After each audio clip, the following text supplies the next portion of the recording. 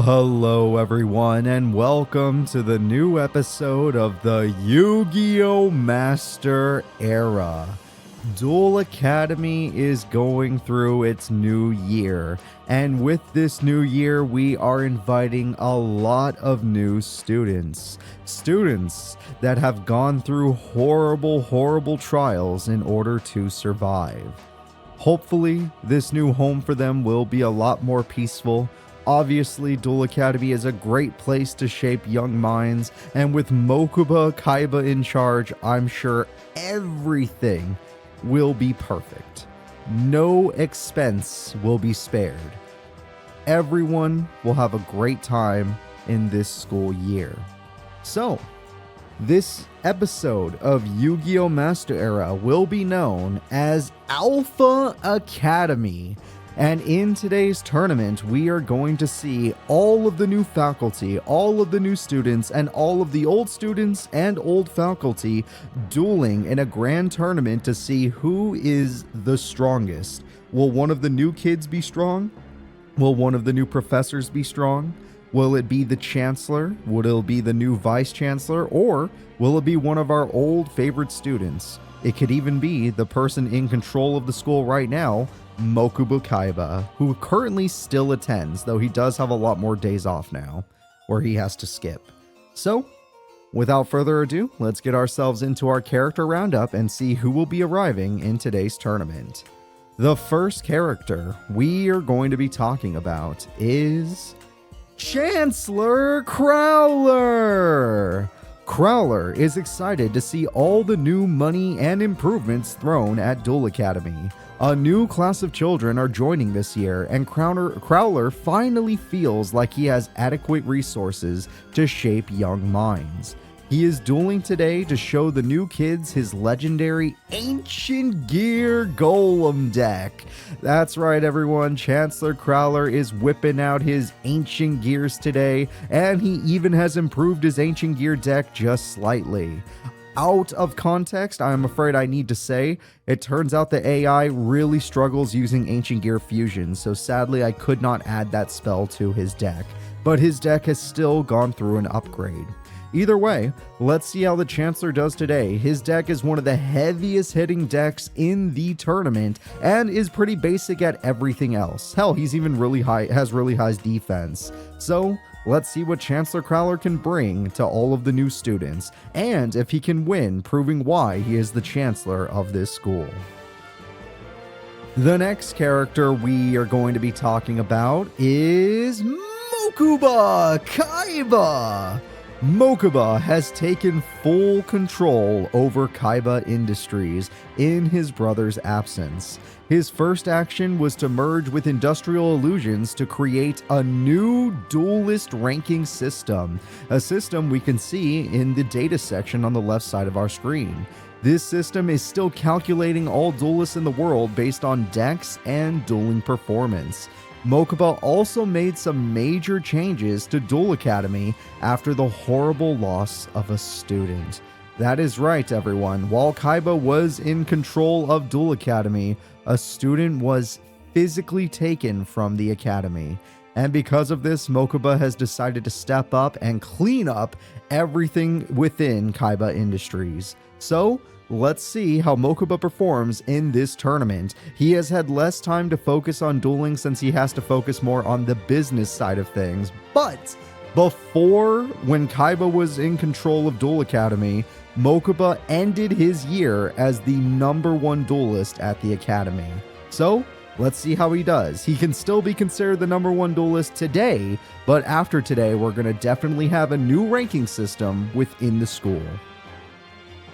The next character we are going to be talking about is Yami Kuroda. Yami Kuroda has been attending Duel Academy for a few years now. He is one of the strongest duelists attending the academy and almost always places within the top 10 of all students.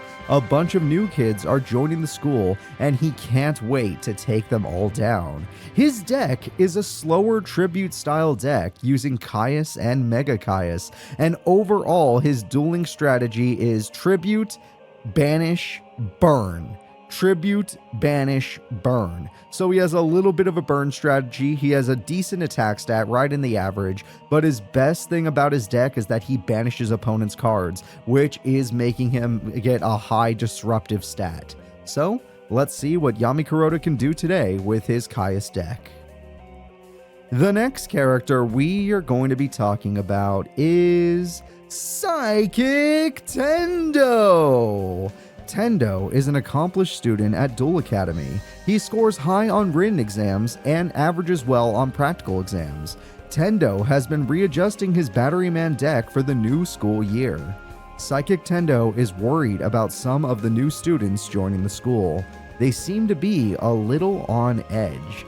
Yeah, all of the people that are joining the school this year are pretty interesting to say the least. Some of them look incredibly powerful, others look incredibly unstable, but Psychic Tendo is still going to do his best. His Batteryman deck has gone through another upgrade, and we're going to see if that will help him win more duels. Good luck to you, Psychic Tendo.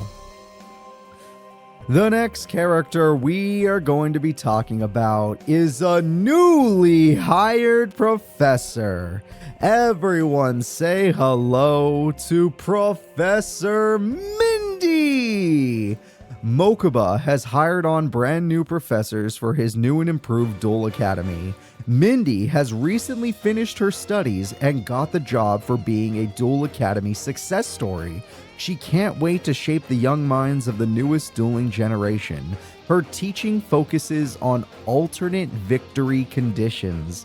Mindy is a very interesting case. She is a top 8 pro-level duelist, or at least she was at one point. She attempted the underground, but that didn't go so well for her. And overall, she is a very hard-hitting duelist in the dueling world. She is one of the few people that can beat the best of the best thanks to her burn alternate win strategy. And we're going to see if she can teach the kids about that strategy and maybe convince some of them to, turn their decks into more burn-based with more burn-based cards. Either way, we're going to see how Mindy performs today against the newer generation of Duel Academy students. She was one of the first, and now she gets to see the next gen. The next character we are going to be talking about is Emma Hops.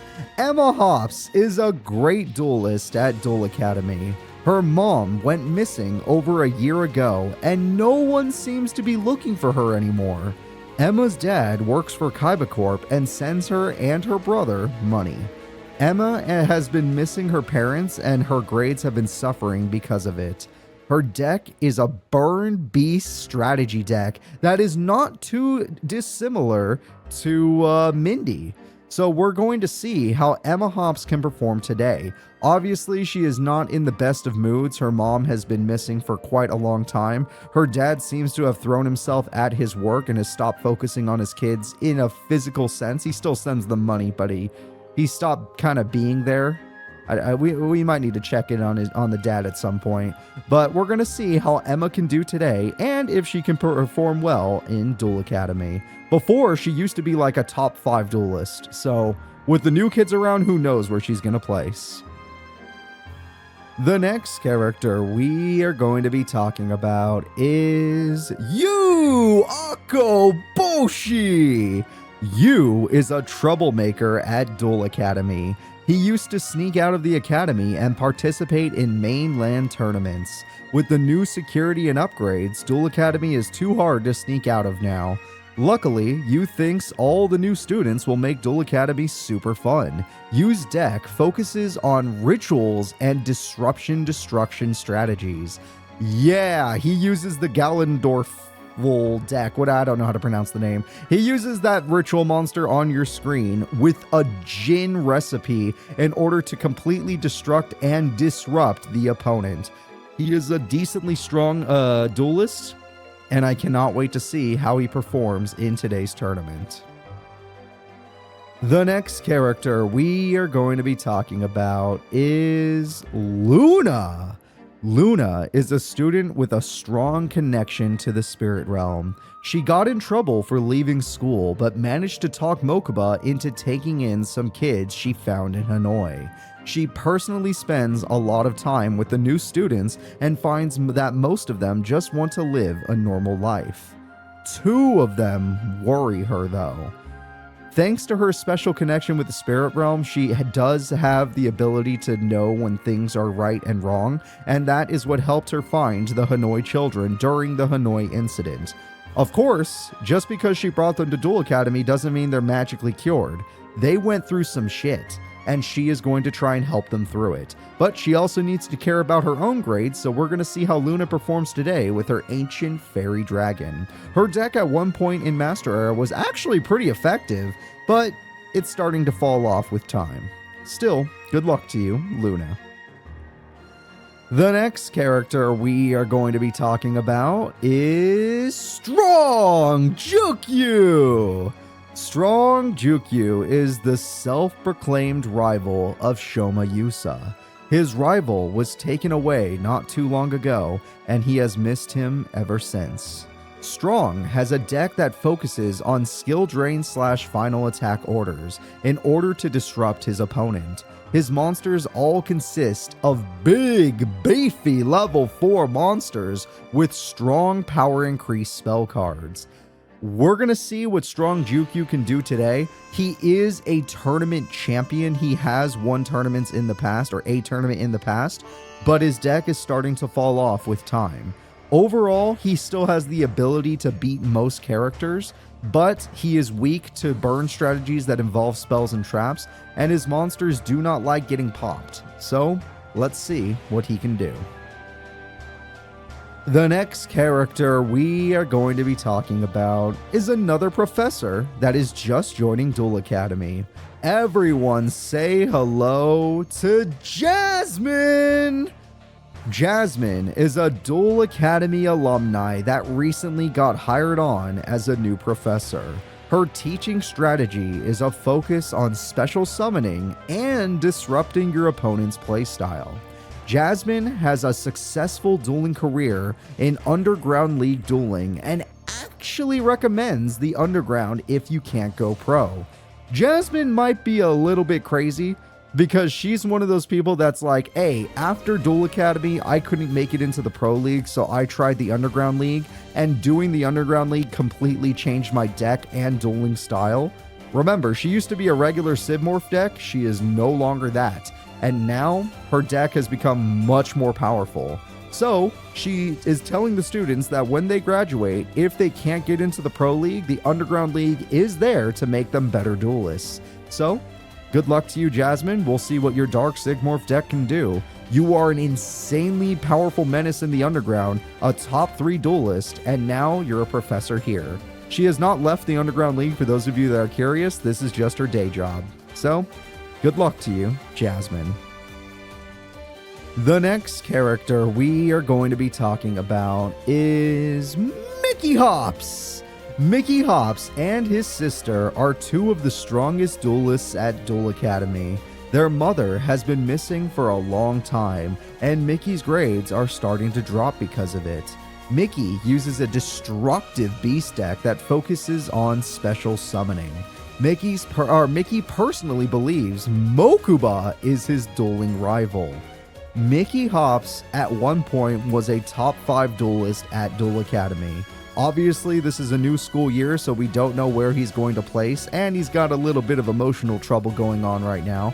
But his deck is top-notch. It is a very fast, very strong beast deck that has the ability to pop. So, let's see what Mickey Hops can do, and if he can really earn the title as Mokuba's rival. The next character we are going to be talking about is Leo! Leo! Leo is so happy to be back home at Duel Academy. His sister and him helped bring the Hanoi children to Duel Academy to live normal lives, because Duel Academy totally helps children live normal lives. Leo witnessed how tough they were firsthand and knows exactly how exciting this school year is going to be. Leo uses an equip spell heavy power tool dragon deck. Leo is an anomaly in the Master Era. He has a very powerful deck, but his AI misuses it all the time. Sometimes when his AI is playing good, he is a menace and can go top 4. Other times when his AI is like, oh, I'm just not going to synchro, or oh, I'm just going to throw away an equip spell on my junk box monster, he completely flops and gets knocked out of a tournament round 1. Today, we're going to see where he places. Good luck to you, Leo. The next character we are going to be talking about is Sunny Snips. Sunny has finally returned to Duel Academy after ditching school for like a year. She was only willing to come back after she heard Mokuba had taken over. She is excited to see all the improvements at the school. Sunny's deck has big powerful tiger cards that can instantly pop low attacking monsters. Sunny's basic strategy is a Barbaros deck with a King Tiger Wanghu mixer that completely shuts down opponents, which is why she was able to destroy duelists like Yusei Fudo. But let's see how she does today, back at the academy with a bunch of new students and faculty that she's gonna have to duel. Good luck to you, Tiger Girl Sunny Snips. The next character we are going to be talking about is a character that has won a tournament in the past, and her name is Lightsu Kiko. Lightsu Kiko is an interesting student that does well on written tests and poorly on practical exams. Before she attended Duel Academy, she actually did win a tournament known as the Summer Bowl. That feels like a million years ago. Since then, she has seen some creepy characters come and go, and Duel Academy rise and fall. Yeah, Lightsu Kiko has been around long enough to see the school go through a lot of crap and to see some weirdos come and go from the academy. This is going to be no different because she is back here at the academy and there's a bunch of new students coming in, and I guarantee you some of them are going to irk her and make her feel uncomfortable. Either way, let's see how Lightsu Kiko can duel, and let's see if she can win another tournament. The next character we are going to be talking about is Cyrus Truesdale. Cyrus is a 4-foot, 5-inch behemoth of a man and the new security for Duel Academy. Cyrus used to focus on finding his older brother, but bills started to pile up and his underground career fell through. Cyrus was hired on by an eager Mokuba who was focused on finding former Duel Academy students he could trust. Mokuba is not going to act like kaiba or crowler. He is not going to hire people because, oh, they have all of these freaking degrees, or, oh, they are coming so well recommended. No, he's hiring from within. He's like, you went to Duel Academy, I can trust you. Mostly the kids that graduated or at least went to Duel Academy were pretty positive people and continued to be so after they graduated. Cyrus is no different, and now he is here again, protecting the next generation with his Roid Cyber Dragon deck. The next character we are going to be talking about is Alda vtormer. Alda has lost everything. Soul Seekers is gone, and her fan base has fallen apart. The only way she can regain her fandom is by becoming a pro-level duelist. Duel Academy is set up to give their #1 graduate a slot in the Pro League. Alda has finally decided to duel and study as seriously as possible. She needs that number one spot in order to regain the spotlight. She misses being ever the center of attention, and she's going to fight to try and regain it. Good luck to you, Alda vtormer. The next character we are going to be talking about is Missy. Missy is still technically a student at Duel Academy. She has been around since Duel Academy went through its worst moments. Missy is around 23 years old at this point and just seems to hang around at the card shop. She ditches class and has not improved her dueling game since she first arrived on campus. No one really knows what to do with Missy. She has not graduated because she keeps failing, and everyone is too scared to say you must leave the island. So they kind of just let her stay around, kind of like a bum. But technically she's still a student. Hobo student Missy is still here. And because this is the New Year tournament, she will be participating. Let's see how she does. Jesus Christ. The people that were in her original class are now professors at this school. And you're just there. Okay, Missy. The next character we are going to be talking about is a brand new student at Duel Academy. Everyone say hello to Yusaku Fujiki. Yusaku is a survivor of the Hanoi Project. He was kidnapped during the Heartling quarantine and went through horrific dueling tests. While tested in VR space, he learned to tweak and mess with code, as if he was tweaking with his own deck. He is excited to be somewhere safe, but feels like he is forgetting something important. Usaku has suffered, and because of this, his dueling has actually improved. Yusaku Fujiki is quite the duelist and has performed well ever since the original Virtual League tournament way back when. This kid has done a lot, and while he was in VR space, even managed to tweak the code that Dr. Kogami had performed on certain AI. Of course, he feels like he's forgetting something important and is now just going to focus on his school life because he can't remember what that is. So, good luck to you, young Yusaku, and let's see how your machine burn, special summoning, you do everything. This kid is good at everything. He excels in attack, defense, speed, burn strategies, and even destructing the opponent. He is not bad at anything. He's not the best at anything, but he's above average in every single degree of dueling, according to the system. So, let's see how Yusaku performs today. The next character we are going to be talking about is Miyu Sugasaki. Miyu was one of Dr. Kogami's victims in the Hanoi Project. Her dueling potential was noted as incredibly high, and her abilities actually manifested an Ignis. This Ignis was used during the Virtual Kingdom tournament.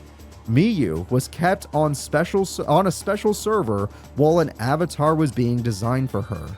An unfinished avatar that we never got to see, but I had planned. Either way, we're going to see how this young victim that did survive the trials of Hanoi will do at Duel Academy. She has suffered she suffered a lot, but let's see if she can grow past it, and let's see if she can still love duel monsters. The next character we are going to be talking about is Vice Chancellor Akira. Akira is a former high-ranking executive of a certain organization. His current goal is to take care of his little sister, and he got her enrolled at Duel Academy. He also gave Mokuba his resume and told Mokuba about the Hanoi Project, a project he seemed to have some information on while he was researching. Mokuba was more than willing to help the kids and gave Akira a job within the school, a job worthy of his former executive position. Akira is a guy who has a deck that was planned to be advanced if something had happened. But since those advancements never came through, his deck is stuck in a form of limbo for now. Let's see what his deck can do. He is good at everything. Not great, but good. Akira, let's see if you can shape the young minds and watch over your sister. Speaking of which, the next character we are going to be talking about is Sky Zizan. Sky Zizan is one of the survivors of the Hanoi Project. During her time in the Avatar program, she managed to become the second strongest duelist in the world. She was favored during the terrible tests and rarely received electric shocks. Sky still has a love for dueling and is excited to live a normal school life with nothing scary going on. She was very scared during the VR testing and during Virtual Kingdom, but her amazing performances and her incredible deck that she built based off her favorite pro duelist, Bakura, is quite successful. And because of this, she does not have that much PTSD or anything to worry about. She didn't suffer too harshly compared to others. Let's see how Sky does today, and let's see if she is ready for the Duel Academy life. The next character we are going to be talking about is Theodore Hamilton. Theodore is one of the survivors of the Hanoi Project. Apparently, Theodore had a horrific time in Hanoi, as his many failures caused him to be punished more often. His dueling has suffered rather than improved due to this. Theodore is scared to duel today, but everyone is telling him it's going to be fun. There is no challenges, you will be fed properly, everyone cares and loves you, Theodore. Here at Duel Academy, there is nothing that could possibly go wrong. The next character we are going to be talking about is Coulter, the failed experiment. Jin was a child taken from his home for the Hanoi Project.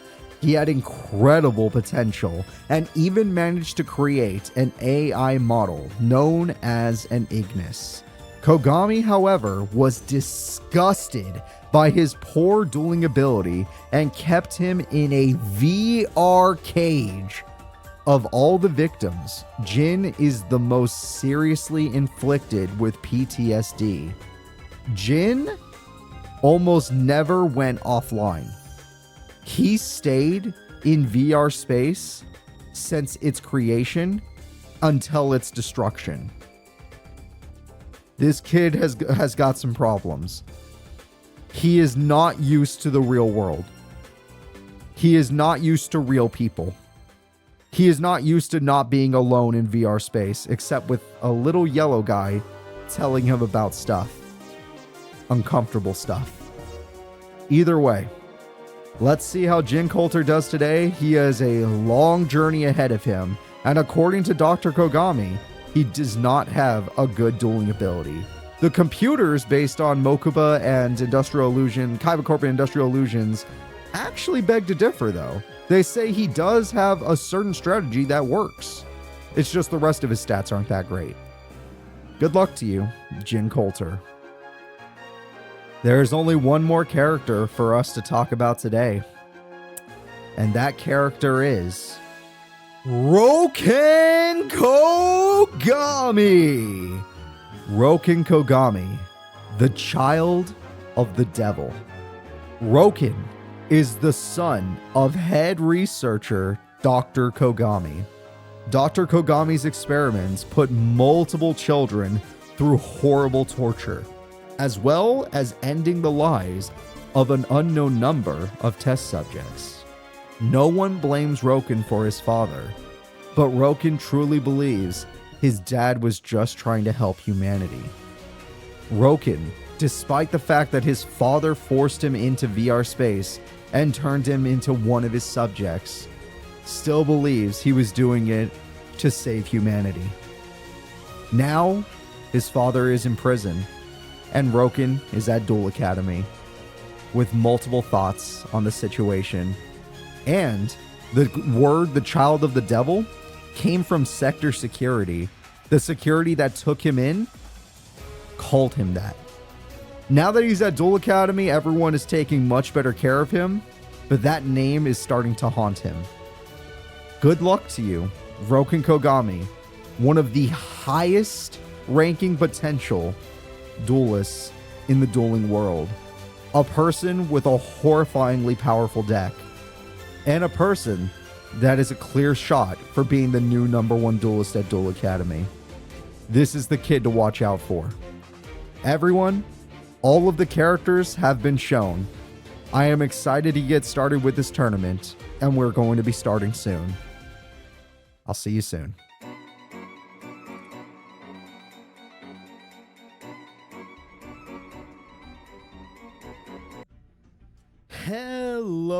Hello everybody, and welcome to today's tournament of the Yu-Gi-Oh! Master Era Alpha Academy. I hope you guys are very excited. We have lots of new students here today, and the first duel of the tournament will be the Child of the Devil, Roken Kogami, versus Strong Juku. Let's freaking go. Roken and Strong will be having our first fight of the day. Now, personally, I need to get their faces, and once I get their faces, we are going to start the duel. So hopefully you guys can give me just a small amount of your patience. Let me find them right now. Roken Kogami is ready. Oh, no, that's not him. Is ready. Strong Juku is... Oh, thanks for the sub, Nate Dog. And thank you, everyone who subbed ahead of time. Sorry I wasn't able to say thank you before. Either way, let's go ahead and see what happens. Let's see here. My voice should be better. And start. Thank you all. Let's watch. Who is going to win today? Which student or faculty will be going all the way? Our first fight is Roken Kogami versus Strong Juku, and I'm hoping they'll give us a hell of a fight. Okay. Looks like we're going to be looking from Roken's side. On Roken's side, I don't know his deck well enough. We're just going to have to watch and see what he does. Strong, I understand. Strong's deck is traps and 4-star monsters that go into defense mode after they attack. Very simple. All right, Skill Drain is the first card to be played, and with that, we destroy Skill Drain. Harpies destroy Skill Drain, sorry. Either way, that was a busted thing to start with, and he already has a Synchro monster. It's Savage Dragon, yeah! With the power of Savage Dragon, nothing in Strong's deck can overcome it without his spell cards. He does require his spell cards to beat that. Let's see what Strong can do. Strong plays a spell card, like I said, but that was not the one I was talking about. It's Megamorph! And with the power of Megamorph, the big dragon has fallen. Of course, without Skill Drain, his monsters are forced into defense mode, which is disgusting. Losing Skill Drain on the first turn could already have decided the duel, which sounds sad to say out loud. We're going to see a fusion, though. You only beat one of the monsters. Now you have to beat Furious. All right. You took down Savage. Good luck against Furious. Strong is scared for sure. He doesn't know what to do. Strong is in defense mode. Strong Juku, it's a new school year. You gotta play better than this. I know you lost your best card on turn 1 due to a lucky Harpies, but still. And attack goes through, and attack goes through. Strong is almost out of life points. This will be his final top deck. It needs to be pot of greed because he needs more than one card. It's his ace monster, the Muscle Med. It's dead. All right, his ace monster has died. And Furious's popping ability has completely shut down Strong Jukyu. Strong Jukyu is now going to stare down the end of the Borreload and get shot. Alright, game number 1 goes to Roken Kogami, one of the new students. Now we're going to be moving on to game number 2, and let's see if Strong can get his skill drain and not get harpies on the first turn. He actually would have stood a chance if his opponent didn't have effects. Alright, do you like gun dragons? Yeah, Bandit Keats barrel dragons, and then this kid's boral dragons. Oh, that's a good start. That's a very good starting hand. The field spell, the freaking monsters, Dragon's Mirror easily being able to summon it if you want. He's not going to summon Furious yet, but unless he gets banished, he can summon Furious whenever he wants. And Chainsaw Insect is good, but you're giving your opponent draw power, which you might not live to regret. Oh, God, that is so much draw power. If they get Harpies, the duel is basically over. Pot of Greed, let's see it. It is skill drain, so there is one good news, but we know fusion's still going to happen.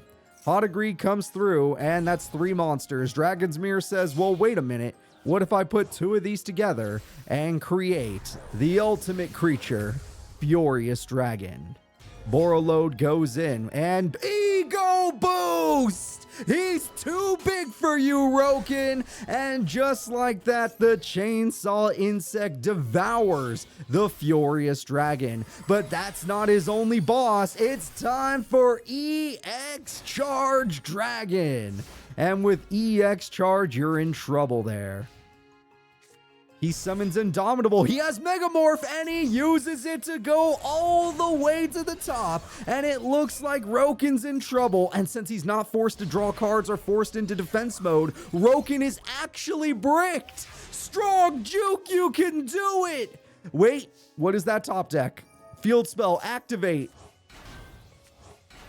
EX Charge, part 2, baby. Part 2. We have another EX Charge Dragon. It's going in, and it is going to help him win. Megamorph is completely ruined at this point in time. So unless Strong Jukyu can find a way to get rid of it or move it to the opponent, he's in trouble. Final attack orders doesn't make any sense when you're the one that's losing in attack points. Strong Jukyu, you got your opponent low, but you yourself are in trouble. Chainsaw Insect is going to allow your opponent to draw 1 more card because that time it activated in the graveyard. This is a really bricky hand Roken has happened to draw, but it doesn't matter because Roken's field is perfect. And no matter what, he's going to do damage because your Strong has forced himself into attack mode. All right, we got quick launch. With that, we're going to summon a monster. It's in attack mode. Doesn't matter. It's tributed. And now we got a new monster. Gene Wart Warwolf goes in. Elite Goblins goes in. Both of them die. Strong Jukyu still has too many life points for a Megamorph play, but all he's got left is 1 card, 2 cards in hand. And with those 2 cards, he ends his turn! Roken Kogami almost lost, but Strong Jukyu could not finish. And because he couldn't finish, he's going to lose! The winner is Roken Kogami. I think his father forgot to put the B in front of the R in his name. I'm pretty sure that was a mistake with the birth certificate. All right, so let's go ahead and let's see who's up next. The next competitors in our tournament will be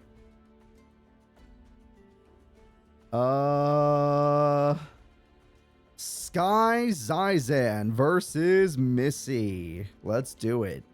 Sky Zizan will be fighting Missy. Another new student will be taking on a very old, probably the oldest student at the school. The oldest still existing student at the school. Sky, a new student. Missy, the oldest student. Let's see how these two do. All right, it's time for the insect's power to awaken. I love that ability. I love that you guys still believe. That gives me hope. But first things first, I need to find these characters' decks, and then we can get started.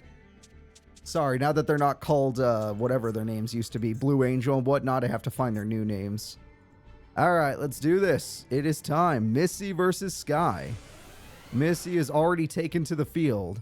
Sky Zizan, which I might be mispronouncing, is already on the field. All right, there we go. Heart of the cards. Ooh, those are some very nice cards. Yep, that's a powerful monster there. Great job from Missy.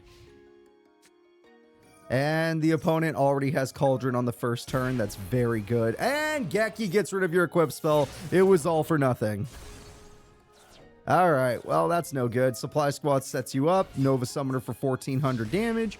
Life is, oh, God, it's time for the toll. Otherwise known as the Teddy Tax or whatever. We got ourselves a Flying Kamakiri. It's going in for a floater battle, which is the worst idea ever when your opponent runs toll. Do not get into a floater battle when your opponent runs toll. Horrible idea. But to be fair, it's not like she attends class. She doesn't know what she's doing. Okay, she went straight for a 1500 beater. She is not having a floater battle. But at the same time, you are still giving your opponent more cards and you're sacrificing your life points. Missy apparently is paying her taxes. All right, Cauldron is coming through to do 600 burn. Next, we got Monster Reborn. With the power of Monster Reborn, we got Gorochin. Gorochin and Nova. Nope, Gorochin is gone. It did not stand a chance. Nova Summoner sits there, and honestly, I think she's oh, God, another Cauldron! Come on! Oh, no! This is bad. This is oh, you can get that out at least. This is very bad. Hey, look, you got a token for tributing. And Insect Princess is here. You have no way of surviving this battle, I promise you that. Insect Princess, your boss monster is here, and it can't even beat that monster. Toll and burn. You lost. Missy didn't stand a chance. She doesn't understand the burn strategy. Even though Mindy was running a burn strategy back when they were at Duel Academy together, so she should have known. She should have known better. Either way, game one goes to Sky Zizan. That's really sad from Missy here, not doing a dang thing. Missy, come on. It's game two. This is your last chance. Show the people here that age equals experience. Please. Please, you're like 23 years old.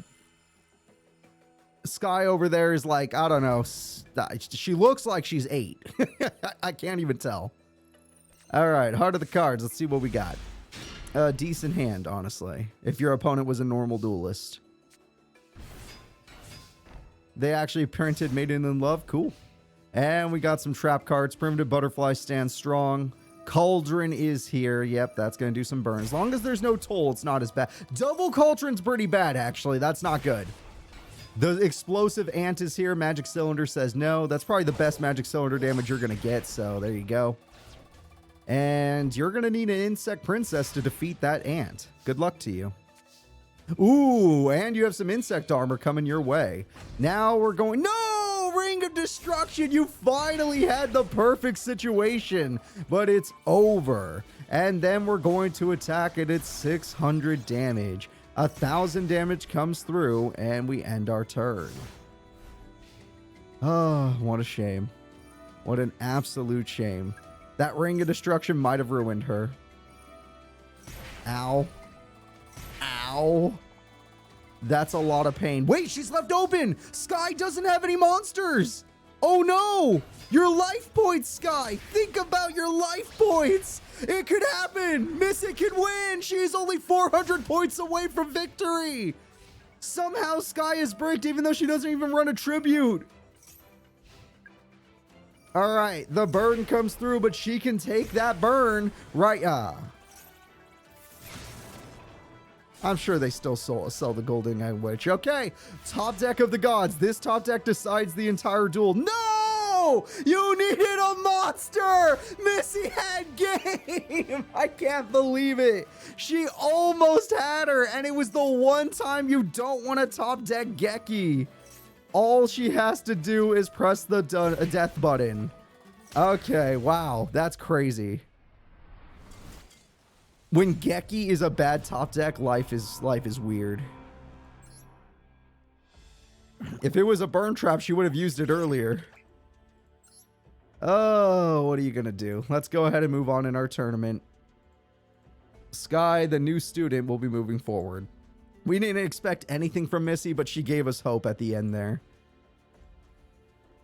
The next duel will be Akoboshi and his ritual deck versus Sunny Snips and her tiger deck. Tigers versus rituals. This should be fun. All right. So, and these are two students that love to sneak out of Duel Academy. They might not do it anymore, but they did love to do it before.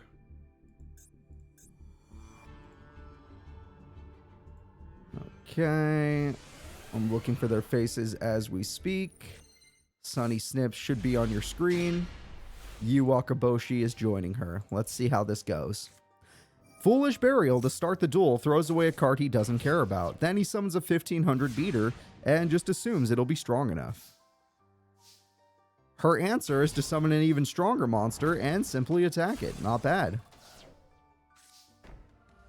That trap card will be a nice little surprise for Yu if he tries to go in with like an 18 beater. But Yu is too scared and has none of his ritual support at this moment in time. Very bad starting hand. But he is kind of a slower duelist. And there goes another Jin monster, and 900 damage comes through. That Fierce Tiger Wong who is going to nerf everybody after all. Yu has Manju. Okay, it has to be the ritual though. He has Ritual of Destruction, but can he use it? No, he doesn't have anything. He started the duel with no ritual monsters or ritual spells. All he has is one ritual spell now, but it's getting kind of late. That was a little bit weird that Sunny didn't go all in there. Also, she didn't summon. It was weird. Oh, he drew it. He drew the monster right now. And with it, we're going to summon this. Oh my god, he gets 3 effects! His monster, other than his base effect, gets 3 more effects. And because of it, let's destroy. Let's devour. And let's destroy your life points. Goodbye, Sunny Snips. I don't know all of Ganondorf's new effects, but he got 3 special ones thanks to all those Jins. 3,800 life points remain. Sunny Snips has to find a way out of this situation. Sunny's got Fencing Fire Ferret and isn't even willing to attack the Sonic Bird, which makes me think there's something wrong there.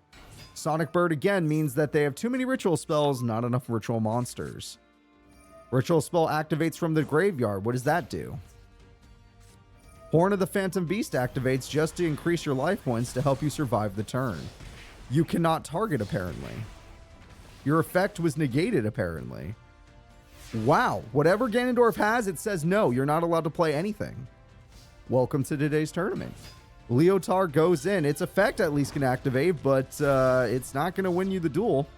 In fact, that was your final play. You definitely was losing in the beginning, but the second he ritual summoned, it was over. Speaking of which, he could do it again, but it would be a foolish ritual. It'd be for fun at best. The game-winning attack goes through. The increased attack won't matter. 3 effects, 2 busted. Let's go ahead and let's get into game number 2. Akoboshi did great. Sunny Snips, try to get your King Tiger so he can't summon his Manju and Sonic Birds. Nope, that's Fierce Tiger, which is good, just not good enough. Okay, that Jin is very powerful. It's one of the strongest ones he owns, but you have Fierce Tiger in hand, so Fierce Tiger is going to eat it.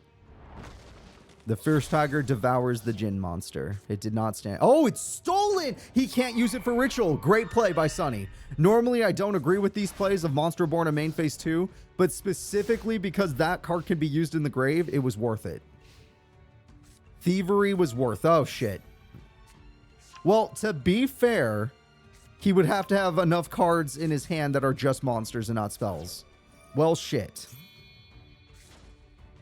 He used Sonic Bird and Manju of the 10,000 hands to guarantee this. I would have just summoned one of them, to be honest.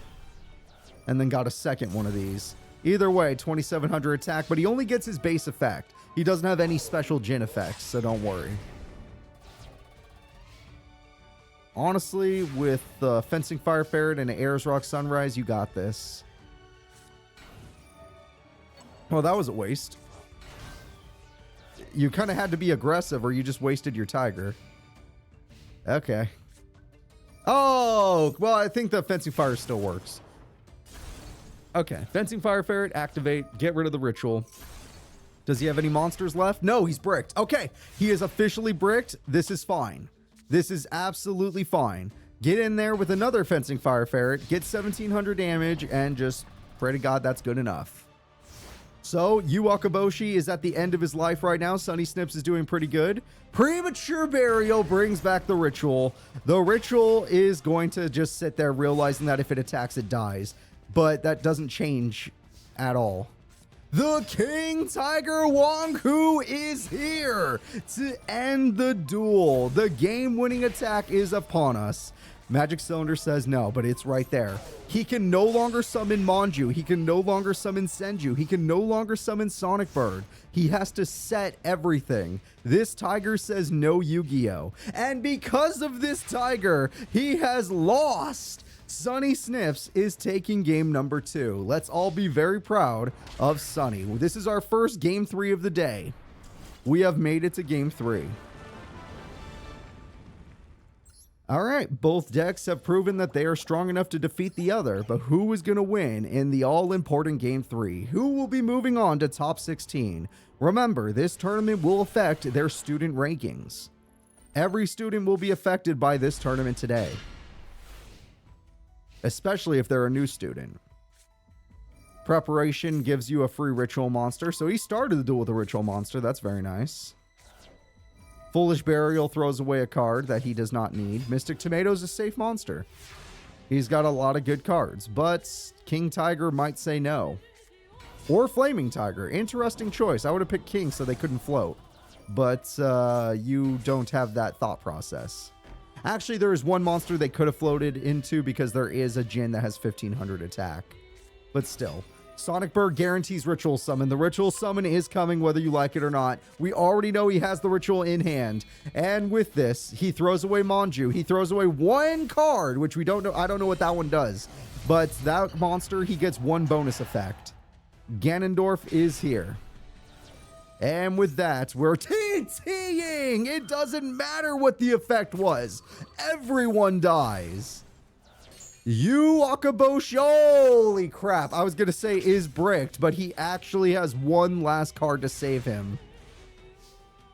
Well, the ritual isn't alive, so special summoning can happen. Main phase 1, we got 2 monsters just chilling. Swords saves the day. Yu is just playing his cards, but he's actually helping out Sunny Snips thin out her deck. She's looking for her Beast King Barbaros. Which I'm honestly shocked she hasn't drawn any of them yet. There's like 6 in her deck of that variety of monster. Monster Reborn comes through and Ganondorf has been stolen. Completely cruel monster. Call of the Haunted comes through. You're doing this a little too aggressively.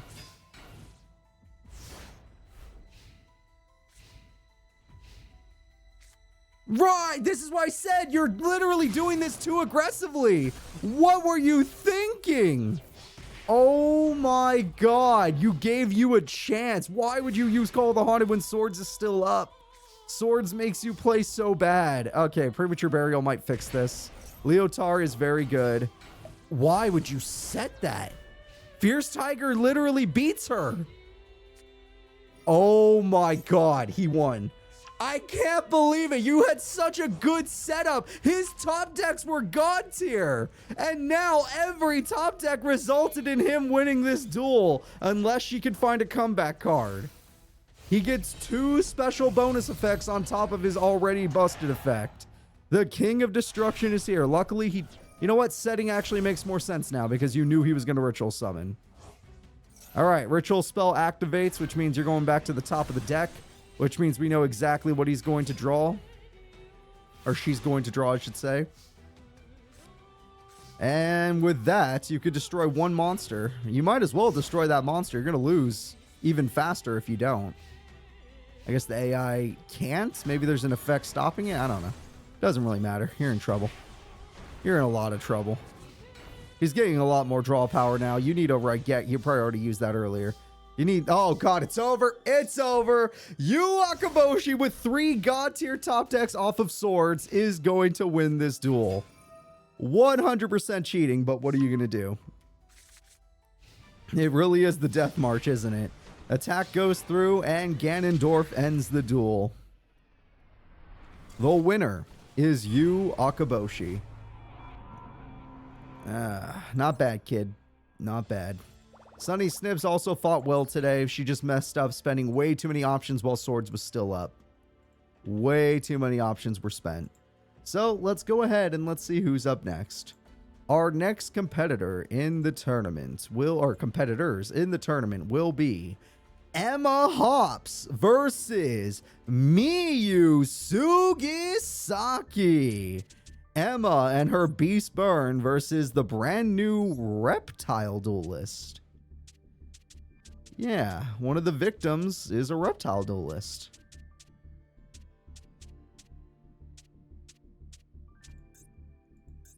Let's do this.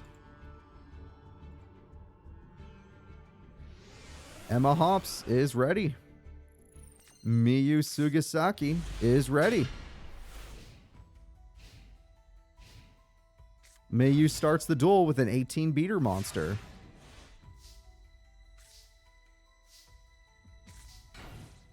She does not have much of her burn traps or stuff, so she's in a little bit of trouble. The opponent simply goes in. Magic Cylinder says no.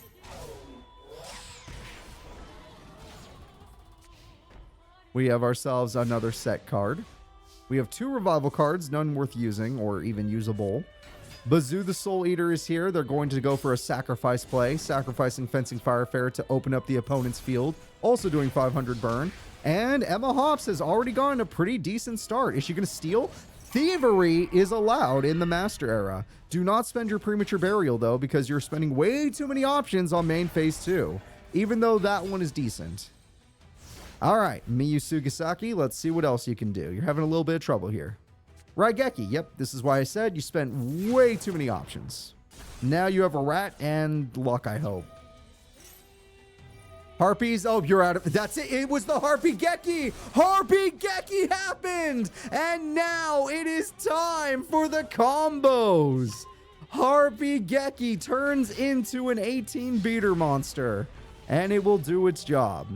Emma has lost everything and is going to have to get lucky from now on. Oh, there is her burn card that her family is known for. Yep, the Hops family cards. The attack goes through. Giant Rat. I don't know that field spell, sadly, so don't ask. Giant Rat is there, too. All you got is a Mecha Bunny for burn, which will help. Or you can go all in with Bazoo. We're going all in with Bazoo. All right, Bazoo says big damage equals victory. Obviously, it's going to take more damage than this. And the field spell has an fuck. Oh, that is a really good field spell. Gross. Absolutely gross. Are you serious? And throw away another card. Play your big 18 beater. All right. Oh, we have Snake Rain. She's making it rain, everybody. All the monsters are in the grave. Wait, we got an effect. Here comes another one. Here comes an Exceed monster. It's time for the king of the feral imps. And with this monster, we add ourselves a 2000 defender. This monster has its own effect, though. It throws itself away. And by doing so, the graveyard's getting mighty full. All right. Giant Rat holds field. And that's it. Big boy time. Yup.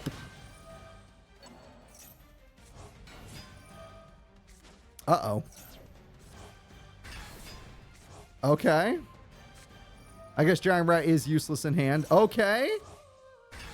2,700. That's much more difficult to deal with. Not even your Bazoo could beat that. Does Koala? It's not as much as Mecha Bunny. You're not playing any of them? I guess. Whatever. It's fine. Just thinning out her deck. It's her business. All right. What does this one do? We got our special summon. What does this one do? It's another special summon. Dear Lord. Oh, my God. Oh, my God. Miyu, what are you doing? Oh, no. Oh, no. Oh, no. Emma. I guess it's good that you have some floaters left over because she is about to get you. All right. 1700 goes through. Nimble Mamanga still heals you at least. She is snake gathering. Apparently she is.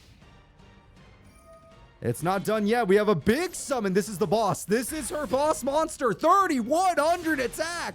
Miyu has the ultimate card on her field. That trap hole won't do a damn thing. All right. Good luck to you, Emma Hops. Miyu uses her effect. It's busted. What do you mean you can wipe your opponent's field? What do you mean? Oh my god.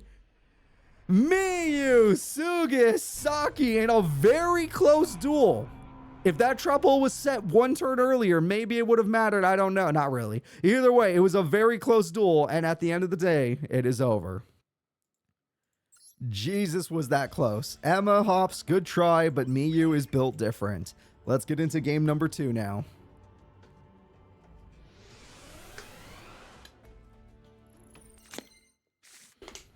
All right, looking at this hand, it's a more aggressive hand from our friend here. But it's not something I'd recommend. Oh, that Harpies looks valuable. You could set the Fencing Fire Ferret, I guess. There's not much to work with here. Harpies hits 2 cards on the field. They were 2 amazing trap cards are gone.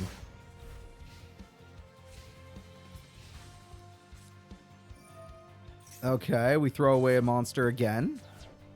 And we just revive it. Okay, well, that's not great. Instant revival of the boss. The boss monster is here, but she is ready this time. Emma Hops pops the boss monster. Very nice job from Emma. She'll still struggle against the rest of these cards, but at least that's one less thing to worry about. Bazoo could technically beat this monster. Bazoo hungers for battle. And with this hunger, Bazoo goes in. 100 damage being dealt. 500 extra being dealt. Of course, Miyu does have a combo with that monster in the grave to throw away more cards from her hand. Or she could just do this card's effect, which throws away even more cards. Now she's going to do that combo. Flogos is here. Flogos cannot defeat the opponent Bazoo, but Bazoo can't get any stronger than it currently is. So it's just going to sit there preparing for death. All right, Flogos, let's see if you can summon something bigger. Miyu has no need to summon anything bigger, but she's going to help her opponent get a supply squad. Oh, shit. It's the boss monster of Emma Hops, her favorite koala card. Of course, summoning it might be difficult given that her deck is basically a tribute set. You have to tribute summon. You're not going to be able to special summon it. But the Beast Burn is working. The Beast Burn is doing its job. And once again, Miyu Sugasaki is pretty low on life points. The first duel, she almost straight up lost. Bazoo did eat himself. That did just happen. All right, we're throwing away more cards. No field spell this time is kind of screwing over Miyu here. Snake Rain might help. Is it time to combo? I think it's time to throw. Okay, it's time to build your way up with the king of the feral imps.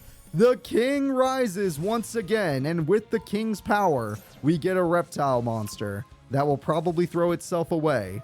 Then we get rid of the king to summon a stronger monster with a better effect. And with this, we summon another monster, which means we contribute. She's building. She's building, everyone. And the attack goes through. Trap hole with spikes says no. Giant rat will die, but supply squad likes it.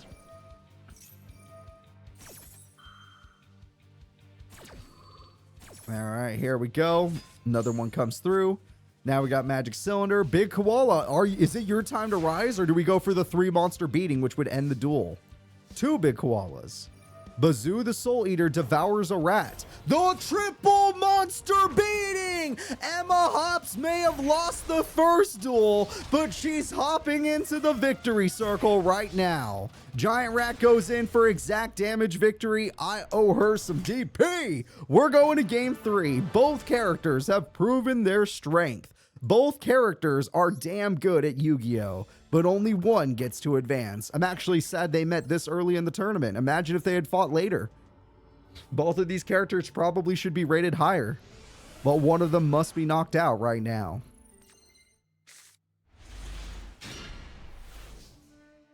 Okay. Giant Rat with the trap. Strong start. Nothing wrong with that start. Harpies! Damn, that is brutal. No one likes getting harpies.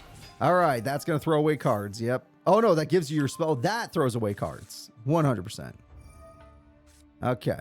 You threw away 4 monsters. Brutal. And did you just attack with a 0 attack Miyu? What the Wait, Harpy Geki again? Why did you attack with a 0 attack boy monster if you were just going to Harpy Geki? Oh my god! Miyu, what the Like, actually, I'm very mad. I am clearly very mad. She stole your boss monster, Miyu! Your boss is on the wrong side of the field! She's going for game, Miyu! Don't you understand? It's not going to actually be game, but it's close. It's damn close. Oh, Miyu Sugasaki was not ready for Emma Hops, everybody. Damn. All right, let's see what she does with her last play. She plays an a water lily card. It's over. It's over. You got robbed. Literally thievery will be ending this duel and a terrible use of Harpy Geki. And there it is. Emma Hops still is an amazing duelist despite the opponent being a major threat. Sorry, Miyu Sugasaki. You aren't ready for this. Also, that just attacking with a 0 attack point monster and then Raigeking was the worst play I've seen in a long time. That play was terrible. All right, let's go ahead and let's see who's up next. Our next competitors will be, let's see here. Our next competitors will be Luna versus Theodore Hamilton. Luna specifically thinks Theodore needs a lot of help. So let's see if she could just show him what a fun duel is like. When there's nothing on the line, it's just having fun with your fellow classmates. Luna, show Theodore the way. Theodore, good luck to your first in-person duel, not online. Luna is ready. Theodore is ready. Another new student going at it.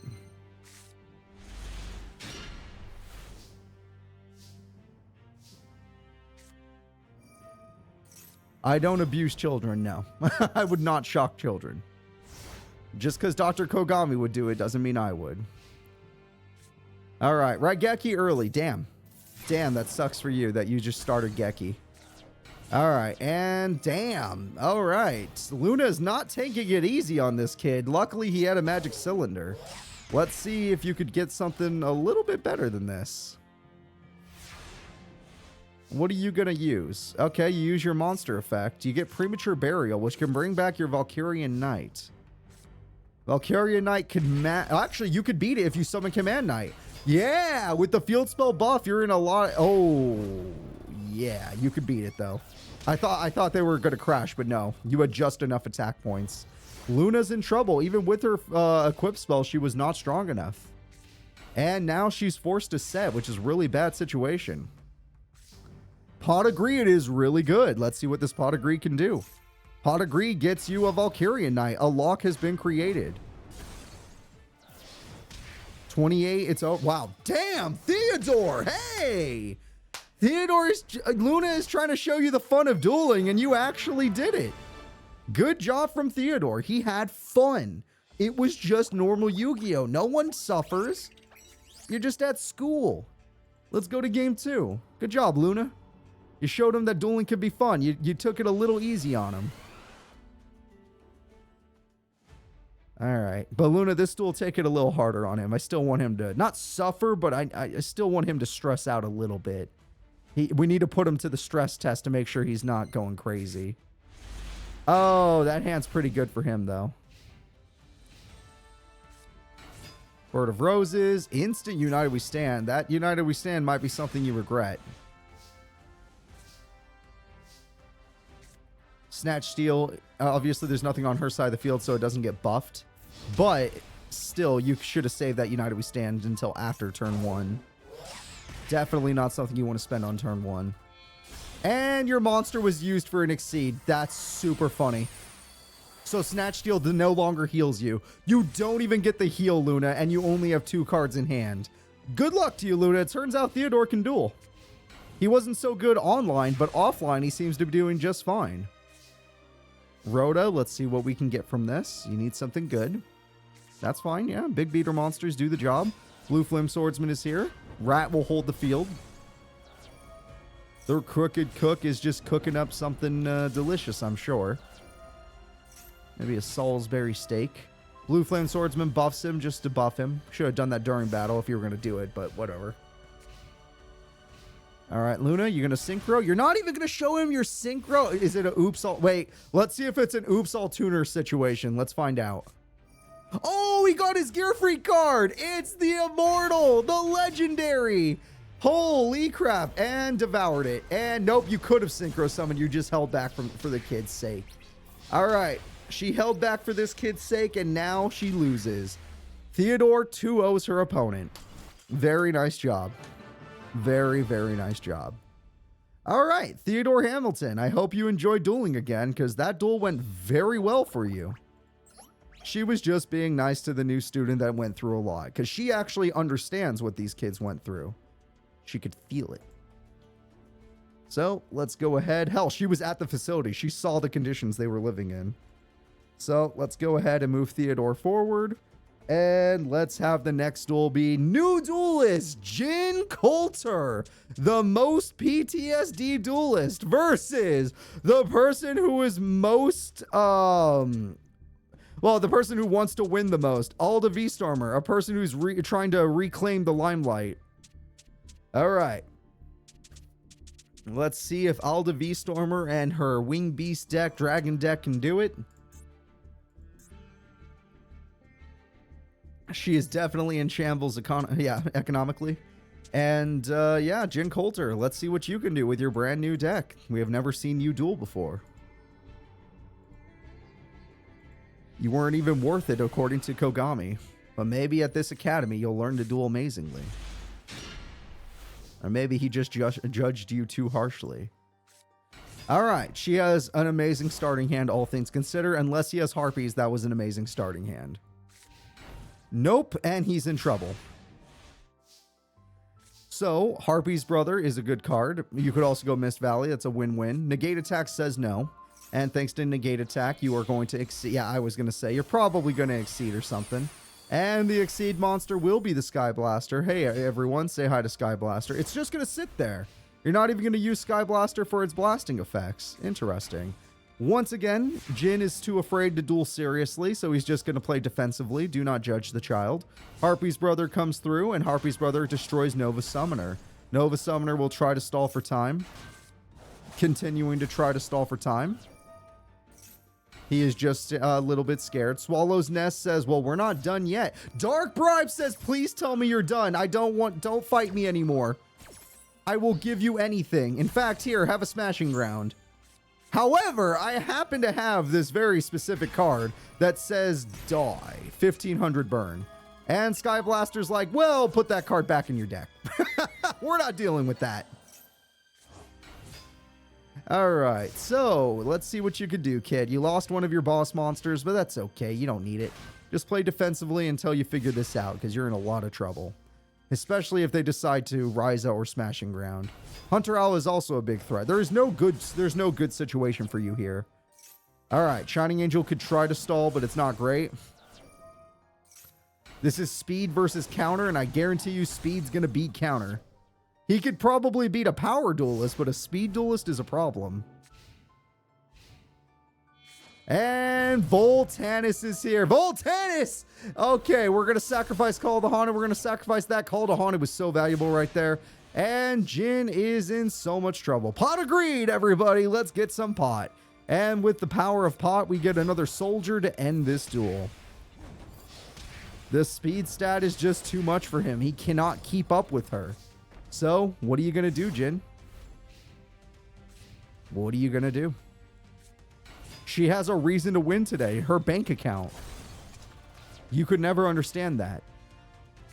And it looks like whatever your card is, it's gone. The only thing that could have kept you in the duel is gone. And now she can just summon Ryza for game. None of this other stuff. Anything else that he does. You stole one of his boss monsters. That is cruel. That is absolutely cruel. You used your Exceed? That is also cruel. And using his own boss monster, or one of them at least. Damn. Alda vtormer is on a mission. She doesn't care what kind of shit you went through. She's going to be the best duelist. She wants to go pro. Let's go ahead and get into game 2 and see what happens. There we go. She's done being nice. No one's watching her streams anymore. There's no streams anymore. No one's watching her duels. She doesn't care if a few Duel Academy students know that she's a jerk. She'll do whatever it takes to win. Even if it means torturing a tortured soul like Jin. Alright, one trap is gone now. Maybe it was the good trap, maybe it was the bad trap. We'll find out together. Now we summon this card. Oh, God says no! With the power of God. Well, you both... Actually, you lost half your life points. God might not have been worth it. God may not have been worth it on that one. Now we have 2 more traps and no summons, which is disgusting. When there are no summons, it is absolutely disgusting. Call the Haunted for game. Yup. Oh, Dark Bribe says no. He's literally begging you to not kill him. Dark Bribe will get rid of the trap card, which was a necessity. Wait, he does have a card for this specific situation. It's not over yet. And he pops the Griffin. Okay. It's not over yet. Jin's still in the duel. Jin finally draws a monster, and they are going in. Jin, for the first time ever in his dueling career, has advantage. This is the first time he's ever had advantage. And there's nothing in her hand that could actually do anything. So you know what, Jin? I say keep going. Yeah, keep going. That's a good monster. Attack goes through. Attack goes through. One more attack will do. After this next attack, she'll be done. She has to top deck Raigeki. Oh my God! She top decks right now! It's Magic Drain! He will not allow it! He will never allow it! Magic Drain says no. Oh, he can stop it. So even though you guys were right about Raigeki, he was able to prevent it from happening. That is incredible. In game number 2, Jin Coulter has won. Alda won the first duel, but Jin has won the second duel. And now we are going to be moving into round 3. Let's see who can do it. Jin actually got a win. I'm very happy for him. Well, let's see what happens in game 3. This will be the deciding match. Okay. Hoping for the best. Supply Squad, Battle Storm, Phantom Wing. There's actually a lot here. Yeah, there's a lot that you're going to have to deal with, Jin Coulter, but I'm sure you'll figure it out. We're just going to have a set situation. Phoenix Wing immediately. No patience on this one. Stopping the trap card from stopping her makes sense. You know it's a counter deck. Harpy's brother has enough attack points. We're just going in with normal monsters. However, Jin can float, and he will float to victory if he can. All right, he's holding on for dear life as we speak. Jin Coulter is not going anywhere. He will be redrawing the trap card he had just set. And yet he will not set it again? Oh no, because Nova Summoner shuffled his deck. I'm a dum-dum. She got her boss monster, but there's no reason to summon it just yet. Her boss monster is right there. Nova Summoner once again floats, and then we got Shining Angel. Shining Angel floats into Shining Angel. Shining Angel floats. Let me guess. Shining Angel? Oh, no, that card. Okay. This is really bad. Jin's deck requires counter traps, and without them, he's in trouble. He does have a normal tribute summon. Oh, it's his boss! His actual boss monster is on the field, and with it, he gets bribery. His actual boss monster has earned him bribery, which he will desperately need based on the card his opponent just drew. Harshath is here. Exceed summoning is the right thing to do. And with that, we're throwing away 2 cards. But Divine Wrath! The power of the Divine says no! Her Sky Blaster is blasted, and now he holds field. And he gets an extra effect off. Why the hell not? Let's summon a Dragon Lord. Alright, Dragon Lord joins the field. Dragon Lord's effect says he gets back his dragon. Wow, Jin! Whoa, you're doing, oh my god, you're doing so good. I'm actually really proud of you right now. Like, actually busted plays, dude. Smashing Ground out of desperation gets rid of 1 Dragon Lord, which will save you if he does not have a normal summon. The attack goes through. Phoenix Wing Wind Blast says no. Her boss is now in the grave. 2,800 damage will be dealt. All right, let's see what happens. Top deck of the gods. Oh, that might not be the god you needed.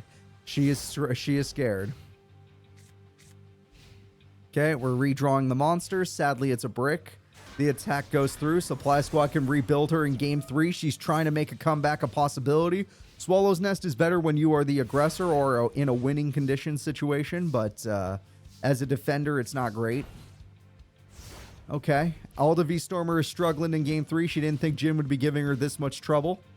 The attack goes through, but luckily she has no normal summons, so she's in an okay situation. That's gonna change, unless she has Magic Jammer or Dark Bribe, that's gonna change a lot of things. Raigeki comes through. God says no! Can we get a God says no in chat? He literally will prevent this from happening. And the Geki failure is good. Geki will not stop Jin. Yes, he lost a lot of life points, but Jin Coulter is still fighting. Harvest destroys the opponent. Supply Squad gets a Harpy's brother. 2,800 damage comes through. This is the last turn for our friend here.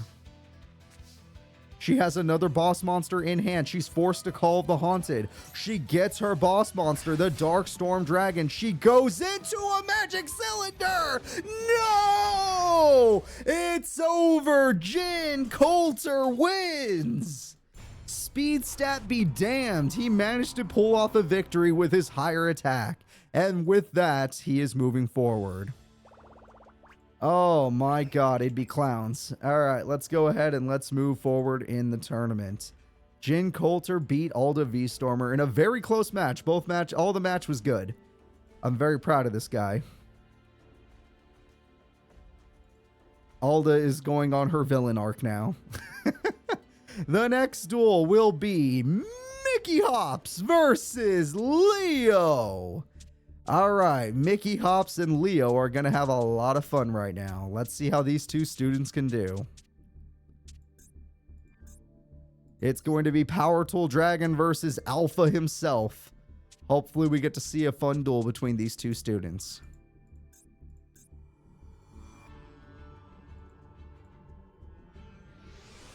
All right, I'm looking for their faces as we speak. Leo is ready. Mickey is ready. Let's enjoy ourselves a duel. We got ourselves a Gene, Warped Warwolf, and Alpha, the Master of Beasts, in hand. Raigeki early, but both of them started Raigeki because this is Master Duel, and you're just programmed to start with it. And Harpies. And there goes your only trap card. That's no good. Oh, that's a tuner monster, but he doesn't have a synchro, but he does have equips. Oh my god! That's 4,000 damage in one turn! Holy cow. Now, you are a dumb AI, so you're probably not going to summon Alpha. You're going to Raigeki. Oh my god, you in defense mode? What do you mean defense mode? You have Geki right there! Oh, man. All those equips go to the grave, and you don't even attack your opponent because your AI brain is so small. Leo has got nothing. Leo has absolutely nothing. This duel is in Mickey's hands. This entire duel is up to Mickey. The attack goes through. Scoping was such a good card, but wasted early because it kind of had to be. That would have been your comeback card if you were patient and were willing to sacrifice 3,000 life points. Granted, you had to top deck a level 4 for that to work, but still. And we got ourselves another attack. It was a level 4. He would have pulled off Power Tool, but he didn't know that. He's an AI. Ooh, Alpha standing strong right now. Leo praying for a victory. Somehow he needs to get Pot of Greed or something that gives him more draw power, because he's not going to win with one monster at a time. Attack goes through. Scoping again. Oh my gosh, that's so bad. Losing your Scopins like this means you're losing your chance of a comeback. He keeps I'll give him this. He keeps top decking a monster. And that's his rabbit. It's time to go all in. Rescue rabbit. Let's go, go, go. The Mad Dog army has risen. Boom, boxing is done for. And that is a lot of damage. All right, that was great damage. And he gets a Pot of Greed out of that deal. Raigekis have both already been used. There's no more Raigekis in this duel. They were both used on turn 1 for each character. And we have ourselves a set. Rescue Rabbit again or Tasmanian Devil. Tasmanian Devil will do. You have plenty of damage showing. None of this is necessary. You have plenty of damage showing. Once he ran out of cards, it's kind of like Taya. Once you kill all the equip spells, Leo kind of just falls apart. So even though Leo did 4,000 damage in one attack, Mickey held on and Mickey won. Mickey Hops is your not tournament winner, but your game winner. Let's go ahead and get into game 2. All right, moving into game 2. Let's see what Mickey can do. Let's see if Leo can come back. And hopefully we'll get to see a synchro summon. Because whenever we do, Leo seems to win. The winner of that was Mickey. All right. Tasmanian Devil, Chain Dog, Rescue Rabbit, and Enraged Battleox. Rescue Rabbit comes through. Rescue Rabbit gets out Gene Warped Warwolves. Oh my god. And they are strong enough to defeat Borden, and they also do 2,000 damage. A great play from the Hops Child using his Rescue Rabbit. Staplers goes in. Now the Staplers is pretty good. That guy can do something. All right, TT is here. Premature Burial comes back. Gene Warped Warwolf is back on the field. Tasmanian Devil is here as well. Of course, that card's going to nerf you. That is the power of the Stapler. It left a staple within you. Now you have 300 less attack. What will you be doing, Leo? You're running out of life points, and this is game 2. Oh, that's a bad sign. That is a very bad sign. If he gets Enraged Battleox, this could be the end of the duel. Nope, he doesn't go for it. Oh, it's Staplers, though. Staplers holds the field. And it dies, but it will keep you alive for one more turn. No, it's not over yet. The Stapler man will keep him alive. Of course, Leo's going to need a hell of a combo to come back, which means he needs Scopin into a level 4 monster like Stapler. Let's see what he gets. Boombox him with equip spells. Well, Fencing Firefarer can beat that. Also, you couldn't even beat one monster. Jesus Christ! Leo is losing to freaking... Oh, man. This was gross. No, Power Tool would have beat it. Power Tool beats Fencing Fireferret's effect, but it doesn't matter. He didn't get Power Tool. He didn't even win a single fight in this duel. He's going down in a 2-0. The winner is Mickey Hops. You can't mess with the Hops children. I think we all can agree the Hops children, no matter how crazy the tournament, they always take a game. They always go at least past round 1. And Mickey Hops has proven it by beating Leo. All right. Let's go ahead and see what we got next. Leo and Mickey are done. Our next duelists will be... Oh, there's only one more in round 1. After this, we're going to see more faculty duels. The last duel of round 1 will be an OCG elementary duel. Psychic Tendo versus Lightsu Kiko. Let's see how these kids do. Light and Psychic. Battery Men versus Monarchs of the Light. They are ready to duel.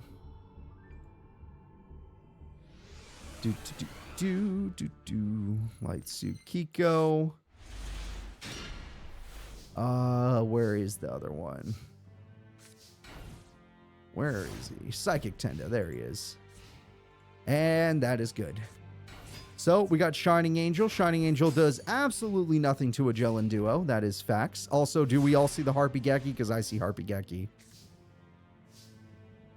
And Harpy comes through. Harpy, what will we destroy? The destruction equals 2 trap cards. Also, Geki, what do we get rid of the floater monster. Now we have a field perfectly ripe for, why is that in defense mode? You're not invincible in defense mode when that card's in. Why did you not go for 3,200 damage? It was 30. Your opponent is bricked and you have 3,200 damage showing. Lightsu Kiko, do you not know how to play duel monsters anymore? You are way better than this in other tournaments. You has your brain, you had 4,400 damage just gone. 4,400 just not happening now. Don't even use, that's worth it, but you have to kill your Marsh Pecan to get 2 more. Yeah, that's a good play. Will you at least put, is there no, would you put it in attack mode now? Oh, all of a sudden, you feel like it? You just feel like it all of a sudden? Oh my god, she wins, but who cares? Okay, well, game number 1. There we go. I'm taking a lot of damage right now. The more I see of that, the more it hurts up here. Still, she did win because, honestly, Psychic got a bad hand. I've seen his battery mans pop off way harder than that. His hand had no monsters that weren't tribute related, so that means that he was relying on that Shining Angel that was hit by Harpy Geki. And most people lose to Harpy Geki. It's too strong of a start. This time she doesn't have it, so it's not as bad. Yep, Shining Angel is basic, but worth it. And he wanted that. He definitely wanted that. He's got 1 battery man so far, but it's a dangerous one.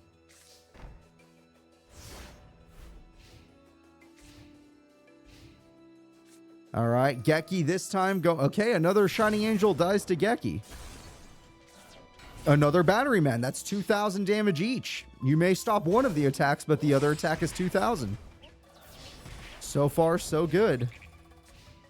That's a lot of back row. That's an intimidating amount of back row.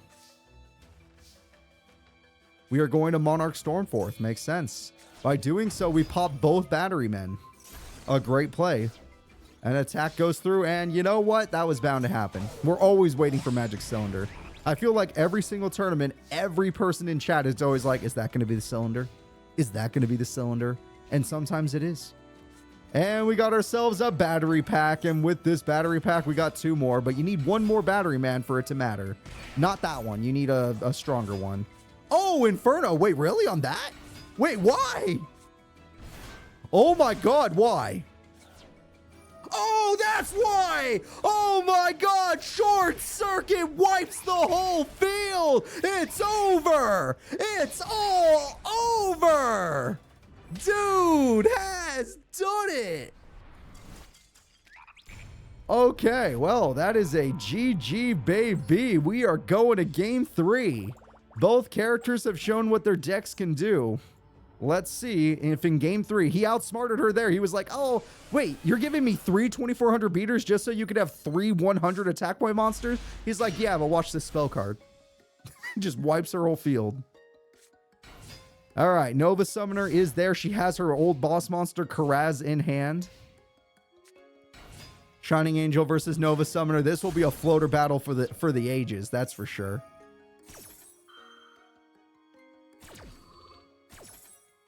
All right, Shining Angel versus Battery Man. Oh, no, he just wants Battery Man. Okay, well, good luck to you.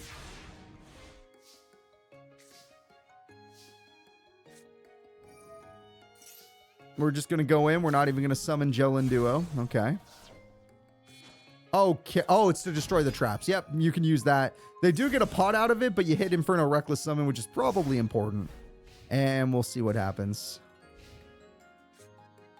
Pot of Greed comes through. Raigeki! No! Everyone gets Raigeki! Gosh darn it. And with the Geki, you do get one card back, and it happened to be a tribute, lucky you. But you're in a lot of trouble. Yusaku has not dueled yet, no. 1500 damage comes through. Let's see what Light can do in game 3. Call the Haunted might be good for later. You can bring back Karaz. We are going to spend the Geki even though Jilin Duo is stronger. I'm starting to think the AI does not use Jilin Duo. Nope, it's just used as an invincible monster. It's not used as an aggressive monster. Which I guess that is valuable in itself. Especially in a tribute deck. But sometimes you should be aggressive. Sometimes.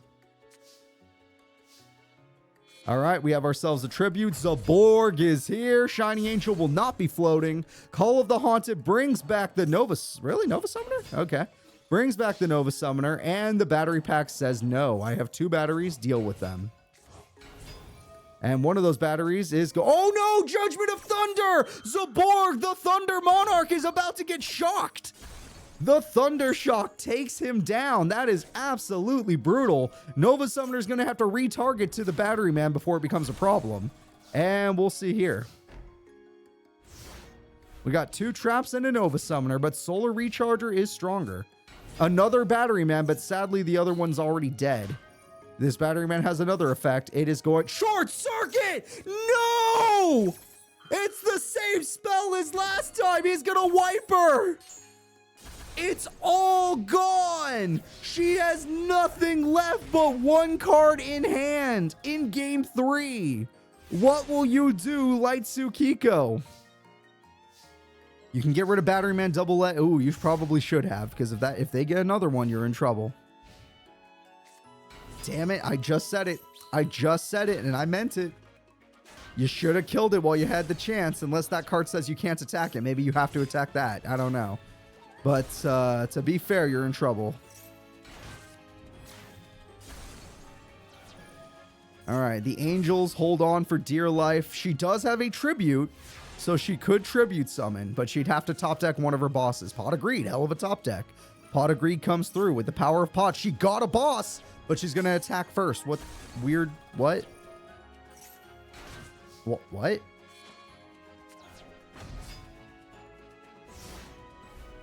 Okay.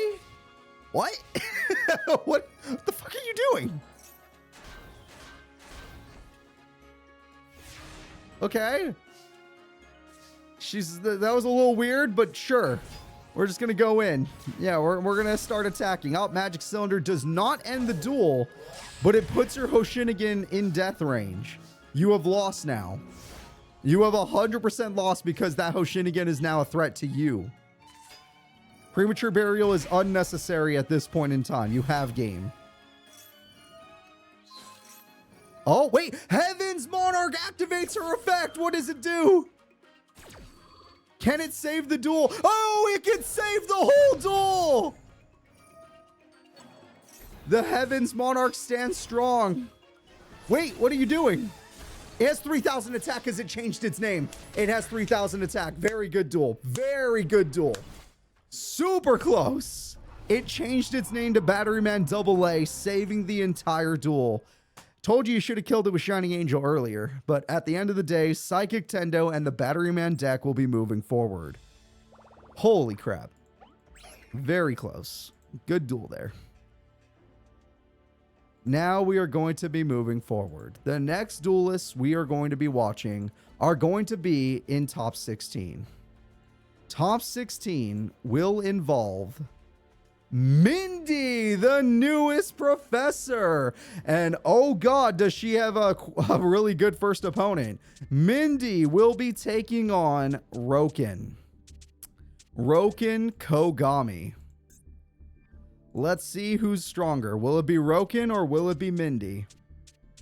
Roken's speed might give Mindy a lot of trouble, but she's going to do her very best. So let's see what happens. Come on.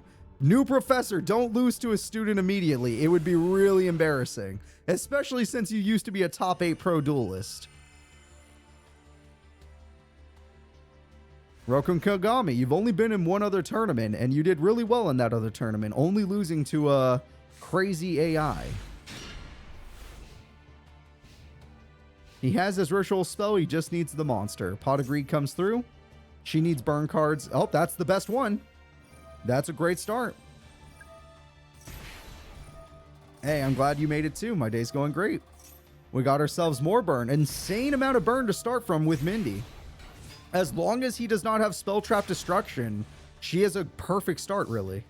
He actually got his ritual. No way. No way! We're gonna see Riot Dragon! Everyone say hello to the ritual Riot Dragon. Now we got 3 monsters. Jesus Christ. And Magic Cylinder says, nuh-uh. No, no, no. I'm the professor here. Let's do 300 extra. And you're going to lose Kite. But guess what? The Kite even does burn. And you know what? Let's do 300 extra. She had an amazing starting hand. His field is incredible, and she might be bricked. But that starting hand from her was incredible. She has to have a monster to defend herself, or she will lose. 600 burn, 300 more. 600 burn, 300 more. The Rose Warrior. Oh, it does burn! Rose Warrior does burn! It's over! That is the power of the Bird Queen Mindy! Can I get some Mindys in chat? Where are they? Burn Queen Mindy defeats the student Roken in their first duel. However, Roken showed us that he could have won that if she just started way too strong. That was way too lucky of a start. Come on, Roken, you got this. Professor Mindy takes a game. Let's get into game number 2 and let's see what happens. The burn may have been good. Roken just needed one more turn and he would have had you, given his speed stat. But maybe, just maybe, you'll have a worse start this time. Much worse start. See? Now you're going to see what the duel should have looked like. Okay, it looks very basic so far, but, you know. That was one of her fastest burn wins. Yeah, I agree. That doesn't typically happen for Mindy. She just got a lucky hand. Now we have ourselves a set. Mindy's not in the best of positions, and he might start to pop off next turn. That's the ritual spell. He's just going in for basic attacks. Granted, Fencing Fire Ferret has value. However, popping monsters against him might not work out the way you think they do. Yeah. Well, Mindy, good luck. Next turn, he's going to be popping off with his Furious Dragon. This is your only turn, Mindy. Make it count. Okay, that's nice and all, but I don't think it's going to matter. I haven't seen a single burn card from you that wasn't just basic monster burn, which is really weak. This is not great. Mystic Tomato will try to stall for time out of desperation. Again, Mystic Tomato tries to stall for time out of desperation. She will do some burn. It's not much, but we'll count it. Cannon Soldier is burn, I guess, but his life points are way too high. Sky also likes Mindy, but Bakura is definitely the number 1. Oh no! She misplayed so hard! Nimble Mamanga was a must! You should have killed your own Cannon Soldier if you were going to do that. Terrible misplay from the professor. And now the damage is good. It's over. It's over. Furious Dragon. That might as well. I mean, it doesn't matter. It really didn't matter. 1,800, 1,900, 3,000. Game 2 goes to Roken. Mindy was like, oh, I kind of beat him too badly in that last duel. Let's take it easier on him in this duel. However, Game 3 is a deciding game. The winner of this duel goes on to top 8 of the tournament. Top 8 will be decided by this. I agree. Disgusting play. Here we go. Everyone, hope for the best. Both characters have proven they can beat each other. He actually has his field spell this time, so he might move a little faster. She has her Cauldron, but she does not have her Dark Snake that gave her so much extra burn. She did start 2, though. Hermon lets her have 2 Cauldrons. Oh, that's her whole hand. If he gets Harpies, he wins. Okay. Just curious. And it's time to start using the field spell. With the field spell, we're going to get triple monsters into a synchro summon. Who here wants to see the Savage Dragon? Savage is here. Yep, why not? Give him even more monsters.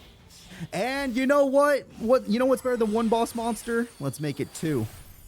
I'm very happy to hear that. I hope you have fun with that mod. And EX Charge is going to get hit by Magic Cylinder, which is good, but it's not going to end the duel anyway. It's not even close to ending the duel. 500 burn is nice. Mindy has to draw Nimble Mamanga or this duel is over. He will win the duel. You have to draw a monster and it has to be Nimble Mamanga. This entire duel is decided by the next top deck. You are trying to put him down, but he would survive a dimension wall. Oh, no, he wouldn't. If that trap is dimension wall, you still have a chance. Roken uses his effect again. He could synchro again into another savage. It's over. He's got all the savages a man could want. We need Mamanga. She needs to heal. This is it. Attack goes through. It's not Mamanga. Attack goes Dimension Wall. Roken Kogami loses to Professor Mindy. All of his power was used against him. The professor of Duel Academy proves to the students that there are many ways to win a duel. You can't just win with power and speed. You have other ways to achieve victory. She baited him. She taught him a good lesson. Power isn't everything, Roken. All right. That is it. We're going to go ahead and move on to the next, yeah. This is how we move. We're moving on to the next one. I honestly thought he would win. I'm not going to lie to you guys. I thought he was going to win that. After I randomized the bracket, I 100% thought he was going to take it. All right. The next duel will be Yami Kuroda. We haven't seen Yami Kuroda in a minute. Yami Kuroda is taking on former pro duelist Sky Zizan, a person who, while in her avatar, was seen as the second strongest duelist in the world. Honestly, if I was Yami Kuroda, I'd be excited for the opportunity to duel someone like this. So, let's see what he can do. Kuroda was once top 3 at this school. Now it's a new year. Anything is possible. Too many new students are here. Yami Kuroda is ready. Sky Zizan is ready.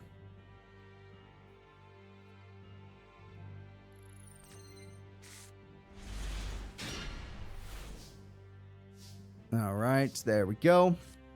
We have ourselves a Nova Summoner. We have ourselves a spell card that reveals Caius the Mega Monarch. So we know he has Mega Monarch in his hand. And he also has Archfiend Soldier, which is just going to do its job. And looking at this, she already has a big monster. She does some burn. She did not start with Toll. No taxes will be spent. However, there is time. Just give her some time. She'll draw her tax card. Nope, she drew Mamanga, which is also good. Apparently, Kuroda does not owe any taxes. We are going to see the Monarch storm forth, and with this, we're going to tribute the opponent's monster to summon Caius. Good old Caius for banishing. With the power of banish, we're going to ensure she cannot float. But we are going to float either way because she had a Nimble Mamanga in her pocket. Pocket Mamanga saves her. Good play overall.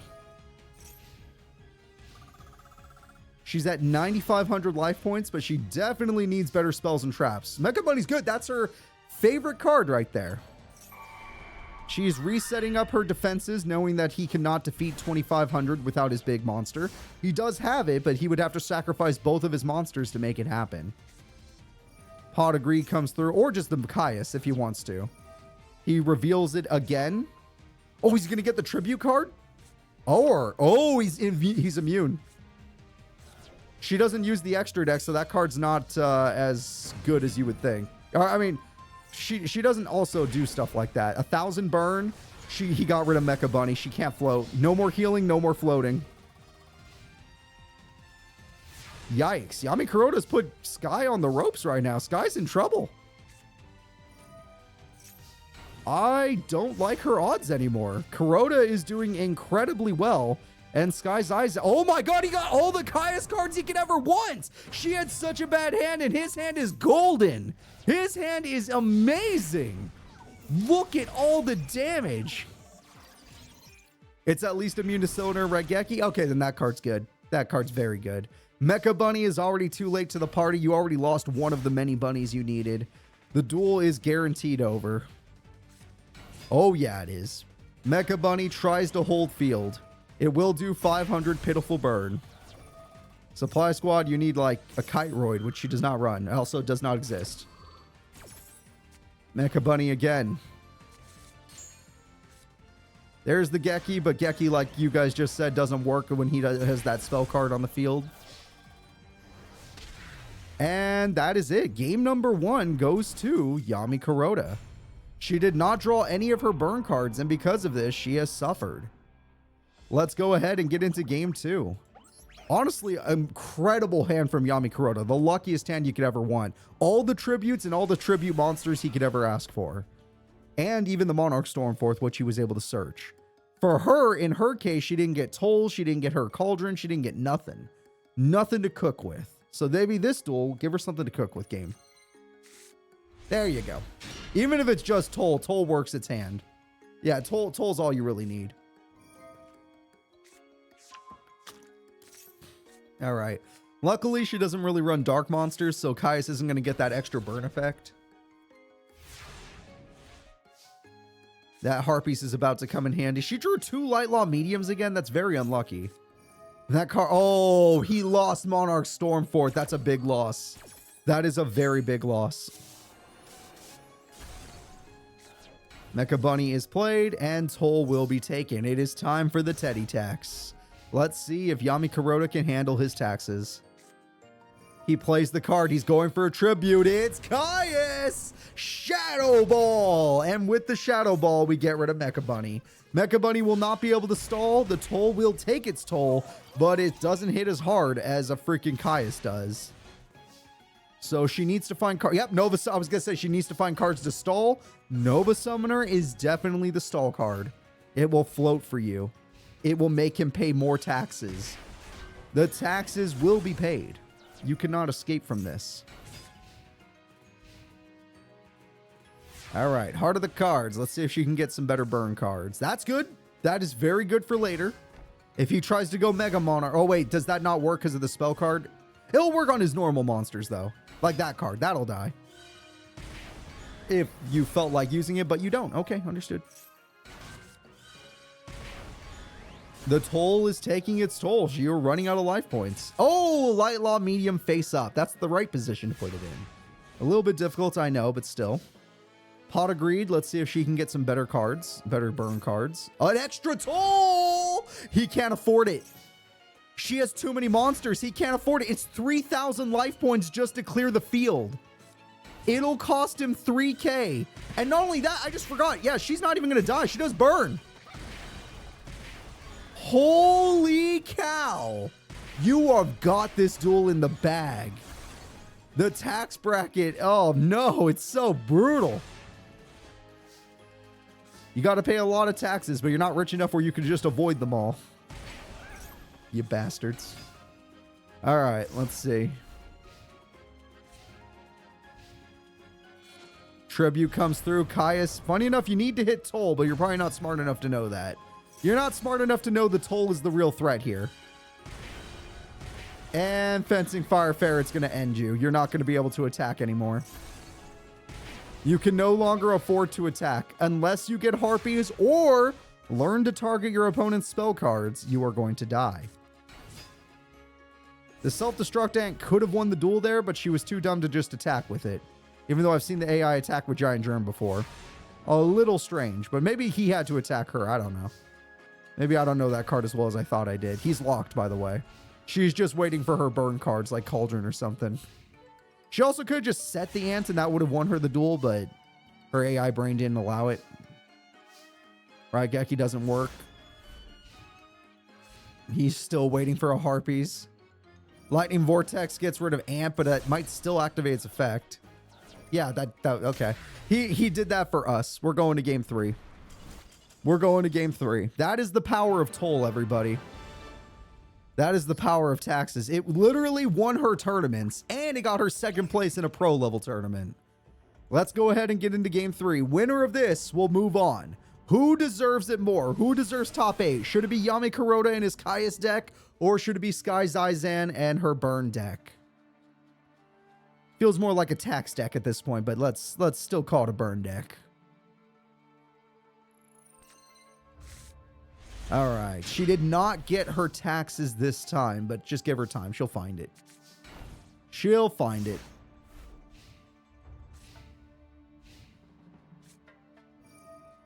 Pot of Greed comes through. Pot of Greed gets Allure of Darkness. Okay, we're getting real dangerous cards now. And Cavalry is dead. It tried, but it died.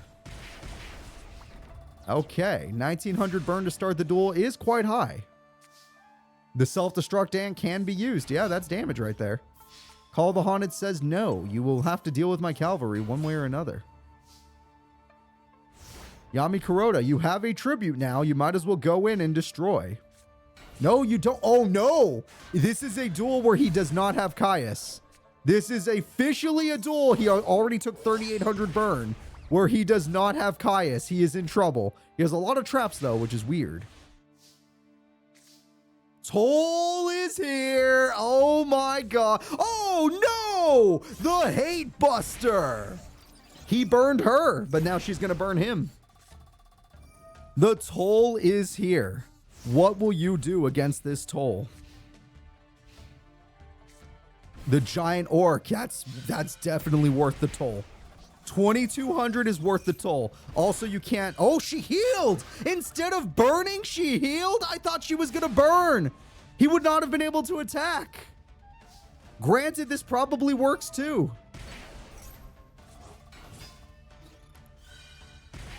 All right, attacking is a little bit of a weird play from her. Toll is going to be played. The taxes, he can only attack 2 more times in this entire duel. You only have 2 attacks left. Make them count. He never drew Caius. And you don't... Do you not know her effect? Light Law Medium literally says you die. Oh, what the fuck? Why did you Harpies on main phase 2? Oh, you are pissing me off, Kuroda. What is that? The AI always plays Harpies on main phase 1. We've seen it. We have proof of it. That's like the only time you're that stupid. Oh, she's healing. If she could draw a monster with 1,800 attack, she wins. That's not exactly what her deck does, though, so she probably doesn't even have one. Oh, boy. Kuroda has never drawn Caius in this entire duel. Without Caius, his deck kind of just flops. He is 100% flopping. Ferret has 17. Yeah, it's not the best. Oh, he finally drew one? After all this time? Is it Mega Caius? It's Mega Caius. And with the power of Mega Caius, you cannot heal. You cannot float. No! The burn! That was such a close duel. If she didn't top deck that level 5 monster, he would have won. That duel, or if he would have played Harpies, he probably would have won. Stupid turn from Yami Kuroda not playing Harpies on main phase 1. The AI always does. It just decided not to on that one, which was super dumb. All right. Kuroda loses to Sky. Do not blame him, though. Her deck is literally was second in the world. He had her, though. He definitely had her. All right. Let's go ahead and see who's up next. The next duel will be Guard of the School, Cyrus Truesdale versus Ritual Duelist, Yu Akoboshi. Yu Akoboshi is about to take on an old student from the school. Cyrus, let's see how you do. You definitely needed the job, I'll say that much. Though I don't know if your 4'5" body can handle being a guard. We'll find out together. All right, Cyrus Truesdale is ready. Yu Akoboshi can already ritual summon. I see that hand. He already can ritual summon. You are going to die, Cyrus. It's getting worse by the second. Cyrus doesn't have a trucker hat. He never earned it. He was close, but he never earned it.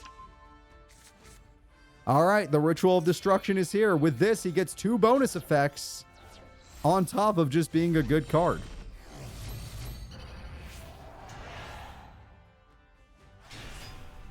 It's going to eat its own monster, which is fine. That's 100 more attack points. Your monster is going to the top of your deck, so you can't float. The truck! The truck is back to the top of the deck. No! All right, well, Sai, I hope you have Power Bond in your hand and you just held it back because you're in trouble.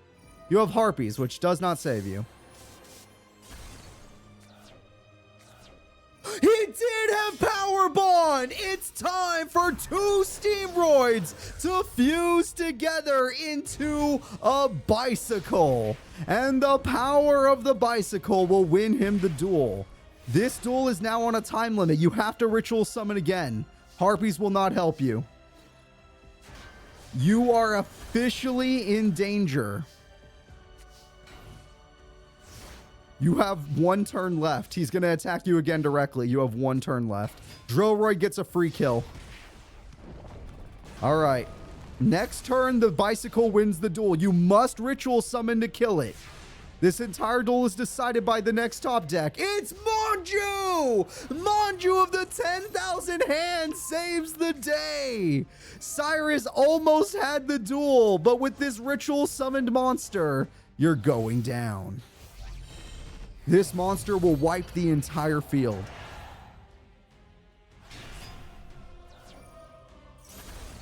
It has 2,900 attack, and Cyrus lost everything. Every play he has made almost got him game, but now he has to top deck. It's over. It's over. That must have been Dragonroid. Or no, he would have used its effect. It must have been something else. Power Bond. Who knows? It could be. The attacks go through. Cyrus had him. He was 1 turn away from victory, but he ends up losing the duel because the man drew Manju.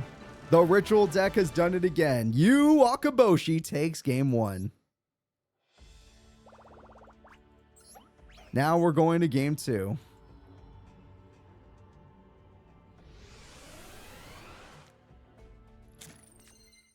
Very nice. Game 2. He cannot ritual summon this time, but Pot of Greed means there's a chance. A pretty good chance, honestly. Supply squad and a set. Very nice start from Cyrus. Nothing wrong with that start.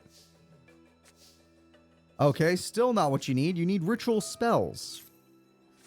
Funny enough, your hand is technically a brick, and Steamroid in defense mode is a good idea. That is a very good idea. Harpies again. Do you have Power Bond again? Because that would be a game decider. Nope, but you have Gyroid. Oh, if he had Steam Gyroid Power Bonded, it would have been so good. Instead, he just has Steamroid and Gyroid teaming up together, which is still a good play. I mean, look at this. He's controlling the field. As long as there's no ritual spell, you're good to go. And I'm not seeing a ritual spell. Premature Burial brings back the monster to destroy Steamroid, and she comes in as well, just to do damage. Steamroid is gone. Now he'll never be able to power bond the Steam Gyroid. I don't know. There's probably more characters that actually peaked in high school. Like, think about Daigo Serrano. Think about that guy. That guy was like a #1 duelist in high school. Joined the pro league and everything went downhill. Diesel Kane, probably. Diesel Kane's up there. Missy never left. Also, he got his ritual spell, so it's over. Tomoya Greendale, yeah, he was okay. Jesus Christ, triple affected King of Destruction. Plus his own effect. Cyrus, I don't know how you stop this thing, but this thing has 4 effects now. It already used 1 of them. Good luck to you. Ganondorf with 4 effects, how do you beat it?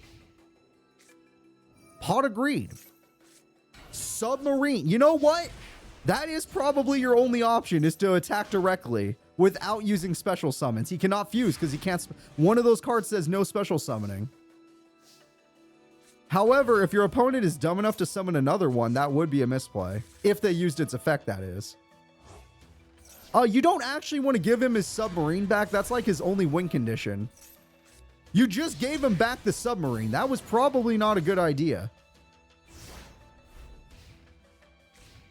He still runs interesting cards. I mean, yeah, he should lose this duel no matter what. Like, it's game. He should 100% lose. But we don't know if he has any other special spells and traps that might make a difference. Oh, you are going to ritual summon. Okay. I guess this monster will have the same effect. It just lost one of the effects. So it probably doesn't matter. I think it still has no special summons allowed. So it's for game. Attack goes through. Attack goes through. Power wall! Cyrus refuses death! Cyrus says no. I think there's still no special summons allowed, so Cyrus should not be able to win. Supply squad will not save him. Submarine again! He has so many submarines! But they will not save him. Next turn, he's done for. As long as his opponent draws a monster, that is. Or, yeah, you could do it again. This would technically win you the duel because you're going to wipe the whole field. That took all three. Wait, this time he can't stop special summons. This one only has the first effect of pop everything. If Cyrus could stop this attack, the entire duel is in the air. If Cyrus could stop the attack, he could win. It's all up to luck.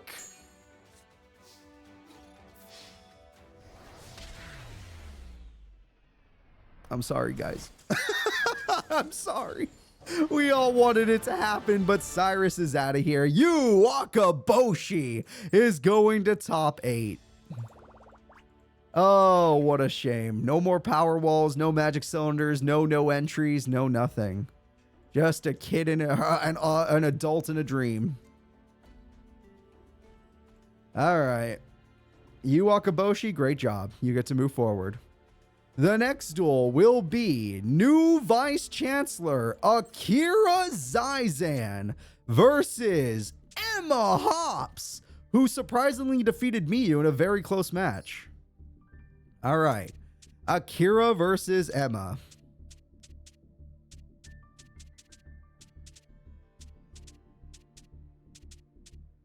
Let's see how these characters perform.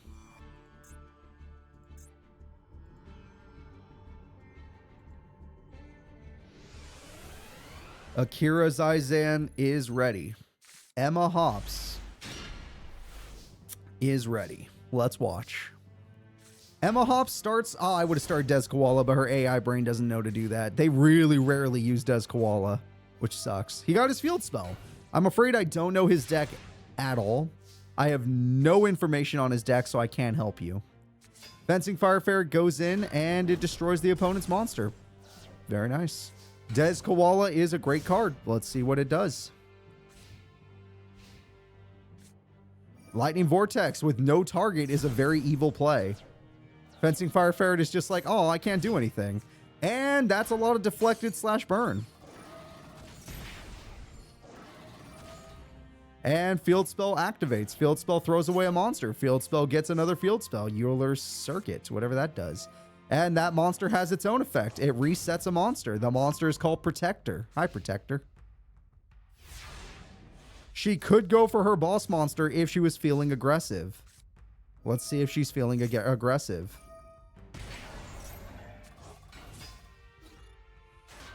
Aggression is what he felt, or she felt, but she didn't even need to use... Oh, nope, she used Big Koala. Okay. Okay, Big Koala's on your field. Let's see what happens with Big Koala and if it's going to be enough. He's scared. He is legitimately scared. So let's see what happens. Nimble Mamanga is... Oh, it's not going to be aggressive. I was like, is it going to be aggressive Mamanga? No, because Mystic Tomato can stall. Mystic Tomato gets Mystic Tomato. He's holding on for now. Emma Hops, a very accomplished duelist at Duel Academy, is fighting the Vice Chancellor. Vice Chancellor's getting a hell of a duel out of it. Before Supply Squad can activate, here we go. Yeah, he has all of his back row, for those of you that are curious. There weren't that many cards in existence, so I just gave him all of his cards, times 3. So we are just waiting. Giant Rat. His deck was the easiest to make, because his deck... I'm like, oh, what does he use? It's called Tindangle. Look, type in Tindangle. There's really not that many of these. All right, let's put them all in. Go all in, Emma. All in. Who needs burn? Yeah, who needs burn when you got the beasts? It's time to beat them down with those beast monsters. Yeah, big koala. I mean, I would have ratted, but sure. Okay, that works too. Level 5 monster defeated. The nimble Mamanga beatdown is in. Does the AI play them? I don't know. We'll find out together. We're finding out together. All right. Attack goes through. Oh, too big for you. Oh, it has an effect. You have made a mistake now. You made a major mistake. Yeah, should have killed it when you had a chance with Big Koala. And now, 3 monsters stare you down. Why 3? Wait, why 3? Only 2 of these can actually... Why is a 0 attack point monster in attack mode? Why do I feel fear? Shallow grave. What? Whoa, that was a bad idea. That was a bad idea. Wow.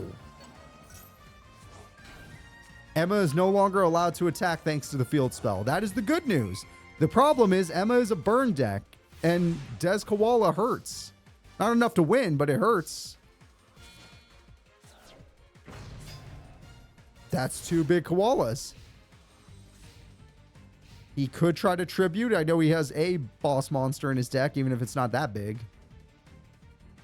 All right, we got Mystic Tomato, which can try to clear out the field. AI brain thinking. He got his boss. That's his strongest card. And Trap Hole with Spikes says no. That was a very cute boss monster. We're all proud of you, but no. He's got a lot of cards in his extra deck. What they are his decision to summon, though. If he never summons them, then he'll never find out.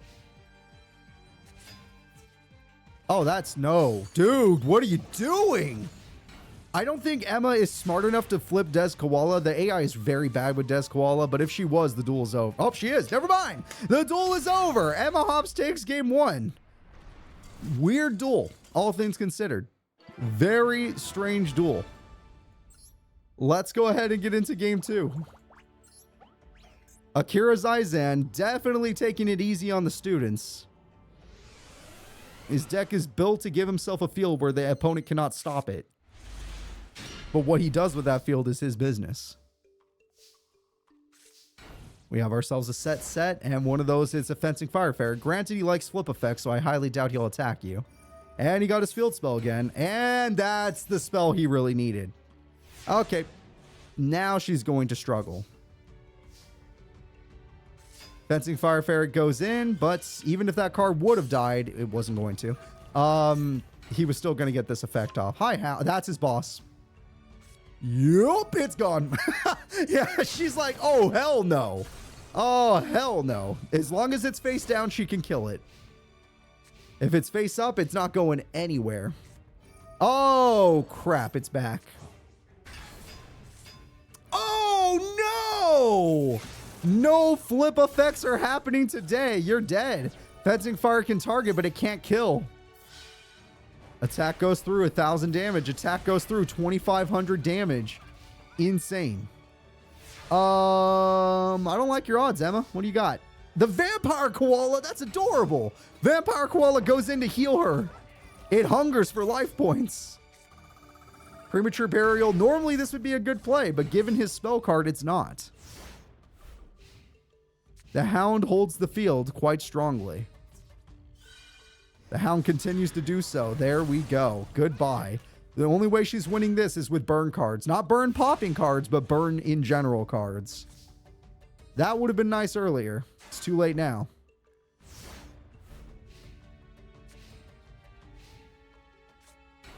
Okay, he's going to show you some of his extra deck, it turns out. And one of which is Thanatos, a card that we all know to fear. It's gone. All right, Fencing Fire does not have a way of saving us because the spell card exists. Unless she can get rid of that spell card, she is stuck. and he will eventually just attack directly. Monster Reborn, there's nothing in the grave strong enough. Big Koala's in hand. Thanatos is adorable, but like I said, it's not strong enough. It's not even that good defensively. You should have just played Des Koala if you were going to use it. Mystic Tomato can beat it. That's my point exactly. All right, attack goes through for game. 5,000 damage. Yep. Victory goes to Akira Zizan. Very nice. And it looks like we're going to game 3, folks. Game 3 will be the deciding match. Who deserves top 8? Should it be student Emma or Vice Chancellor Akira?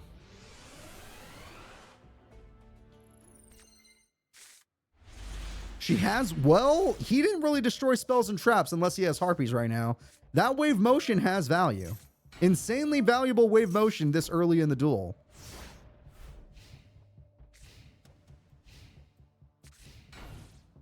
Interesting. He didn't get a spell card this time, but there is time. But he will have time. She's a slow burn deck.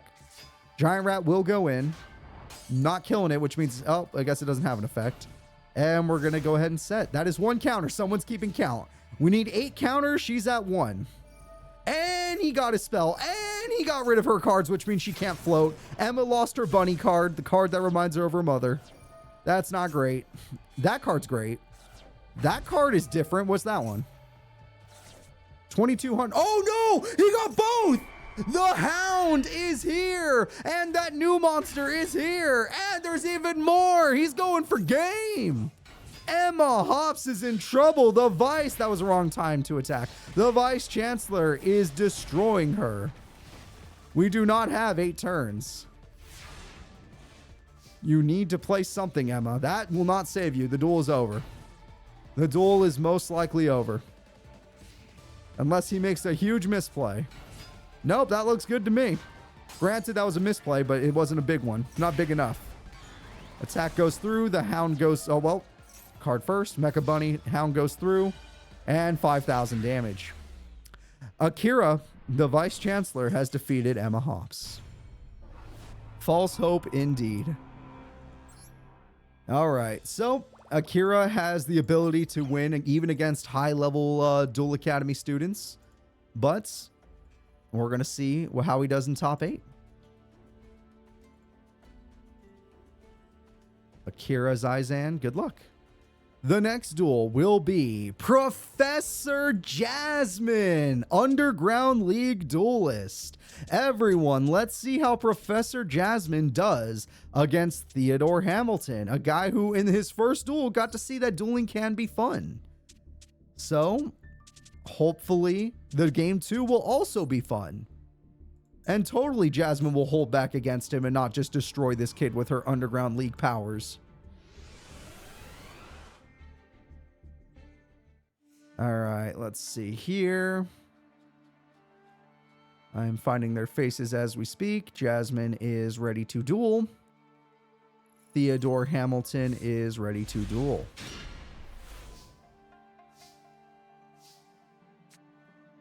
Rhoda comes through. We got ourselves Valkyrian Knight. And just a basic start from good old Theo. Nothing wrong with that. Jasmine, what is your first start going to look like? She has her field spell. Very nice. She has a weak monster. Very nice.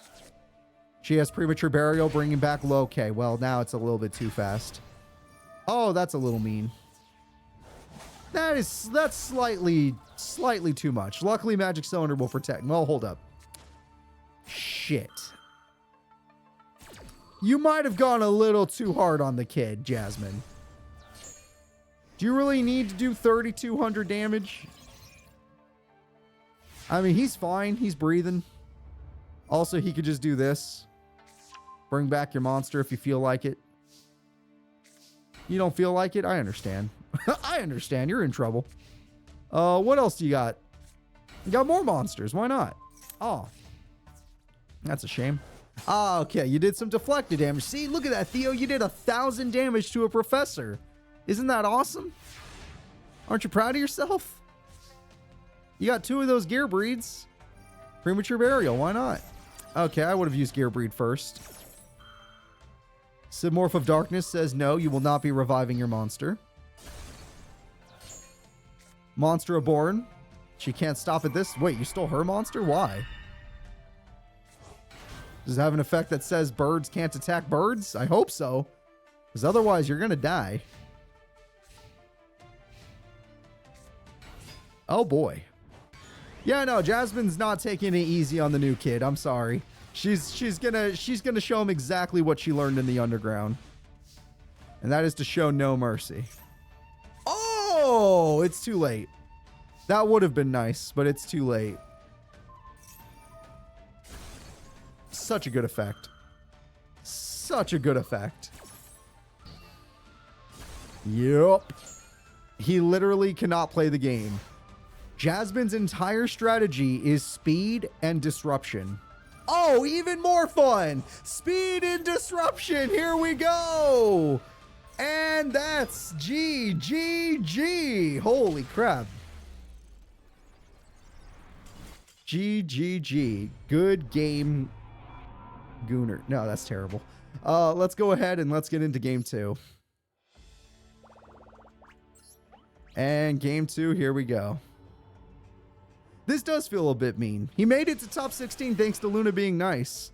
And now the teacher's like, I'm not nice. This is my first day on the job. I want to show you kids what it's like. This is what the dueling world's going to do to you once you leave school. When Jasmine was at school, she was top 2. But now, oh God. This hand's not bad though. This hand is a little bit more efficient. As long as she doesn't start summon that monster again. Uh-oh. Okay. It's fine. She didn't summon it. We're fine. Hey, you could actually play the game this time. Let's see you do it. Right, Geki. That's a good idea. Geki is good. Valkyria Knight with an equip spell. Why not? With an effect. Get rid of the equip spell. Summon your... Yeah! This is how you play Get your equip spell back. This is how you play Yu-Gi-Oh! This is the power of Theodore. Don't ever talk crap on him. He's cooking all right. All right. What is your... Yeah. I figured as much. I just didn't want to... I didn't want to bring it into the ether. I didn't have to, though. I did not have to. Okay. Well, he had hope for like 2 seconds. Oh, that's not good. It's not good. It's getting worse. It's getting much worse. God damn, Jasmine, calm down. He's just a kid. He's just a kid that likes Yu-Gi-Oh! Come on, man. Oh, Theo, come on. You did good in your first duel. You can win this. Harpies, that's good. Yeah, you got rid of the field spell. Now you just need to summon something strong, although you don't have Valkyria Knight anymore. That's not very strong, but you'll find a way to make it work. Oh, it brings back Valkyria Knight. See, there you go. There you go. Now you're doing something, kid. Yay, clap for Theo. He did something. Oh, God. He did something. All right, let's see what happens next. What does that do? Field spell's back. I don't think she can win. Oh, no, she can win.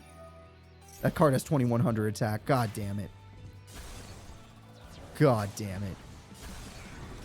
He has 400 life points left. Jasmine's not even going to let him take one game. Just one game. Just one. Even Mindy let that one guy win a game. Man, that's a shame. Theodore Hamilton doesn't even try to use the effect. She summons her Sidmore. She could just end the turn and she wins. She could end the turn and she automatically wins the duel. Well, that's G freaking G. Jasmine 2-0's new student, Theodore. His deck is good, but she's built different. There's a reason she's a professor. She's built different. All right, let's go ahead and get into our next match. Our next match of the tournament will be, I'm looking at them right now, Yusaku Fujiki versus new character Jin Coulter. All right. Jin Coulter versus Yusaku. Let's freaking go. So this should be fun because Jin was a surprise. We didn't expect Jin to win. but when Jin won, it was pretty interesting. So hopefully he can pull that off again.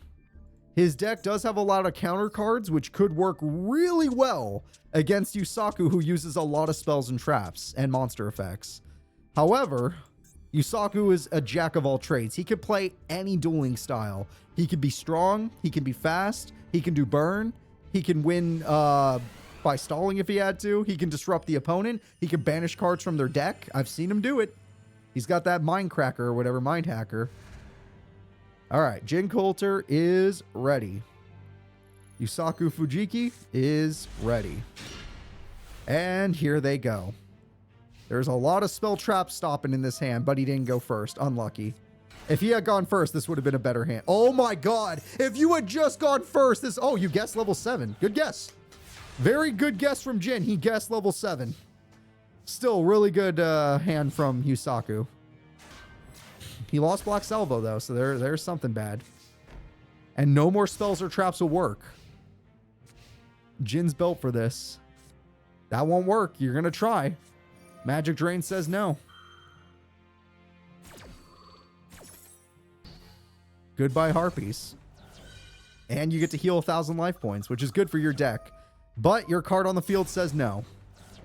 Oh, it's his boss, Fusilier. Fusilier is here, which is very weak at this point in time. But it could get stronger. Unless your opponent negates you again, which is a high possibility. All right, Harvest Angel goes in. That's 400 damage. Very nice. We're going to see if Yusaku can pull off another combo. No spells or traps involved. That is sad. You can't even do that. Nope, you get one card instead of two. That pot got downgraded to a jar. However, you got something you needed. But it doesn't save you. You're left wide open. Yusaku is in trouble. Jin has got rid of all of his cards. Oh, that is scary. If he had that one, his counter trap, that would have been good. Doesn't matter, though. He's fine. Okay, this is your chance, Yusaku. Jin has not played anything that strong. Monster Reborn, there's nothing to counter it. His boss is on the field. It's Fusilier, Dragon, and get yourself a Mystic Tomato. I would have attacked with the Mystic Tomato, but screw it. Damage is damage. We'll take it. Fusilier Dragon is on the field. The boss monster is strong. There are no more counter traps. They were used earlier. Granted, he has way more in his deck. He just didn't draw any yet. Nova Summoner versus Mystic Tomato. The floater battle has begun. Blast Spider versus Shining Angel. All right, Blast Spider's looking real strong. Fusilier Dragon is real strong. That card looking strong. Oh, you're not floating. You're dying. Death is your only option. You have 300 life points to make a comeback. You need a counter trap card. That's a good one. That's a very good one. Holy cow. Attack goes through. Negate attack says no. However, now it's boss versus boss time. Both characters have their boss monsters officially. Both characters are standing strong. They have the same power level, though. Harpies comes through. Finally, it destroys. Oh, he lost Cylinder. He does piercing. He gets a counter trap. This entire duel is going to be decided by the next few plays. This comeback is real. 300 life points and the burn trap is gone. This card tries to make a play. Let's see what it does. He's a tuner monster now. He gets a level 7, but it's really weak, and the AI is terrible when using weak cards. Nova Summoner can just summon in defense mode. It has nothing to be afraid of. Exactly. Very bad play. All you have to do is attack. Jin, you got this. Be aggressive. Big damage. Yusaku is in so... Oh, that's a good one. Yusaku is in so much trouble. All right, here we go. Jack Wyvern is here. Monster effect tries to activate. Divine Wrath says no. The monster will not be usable.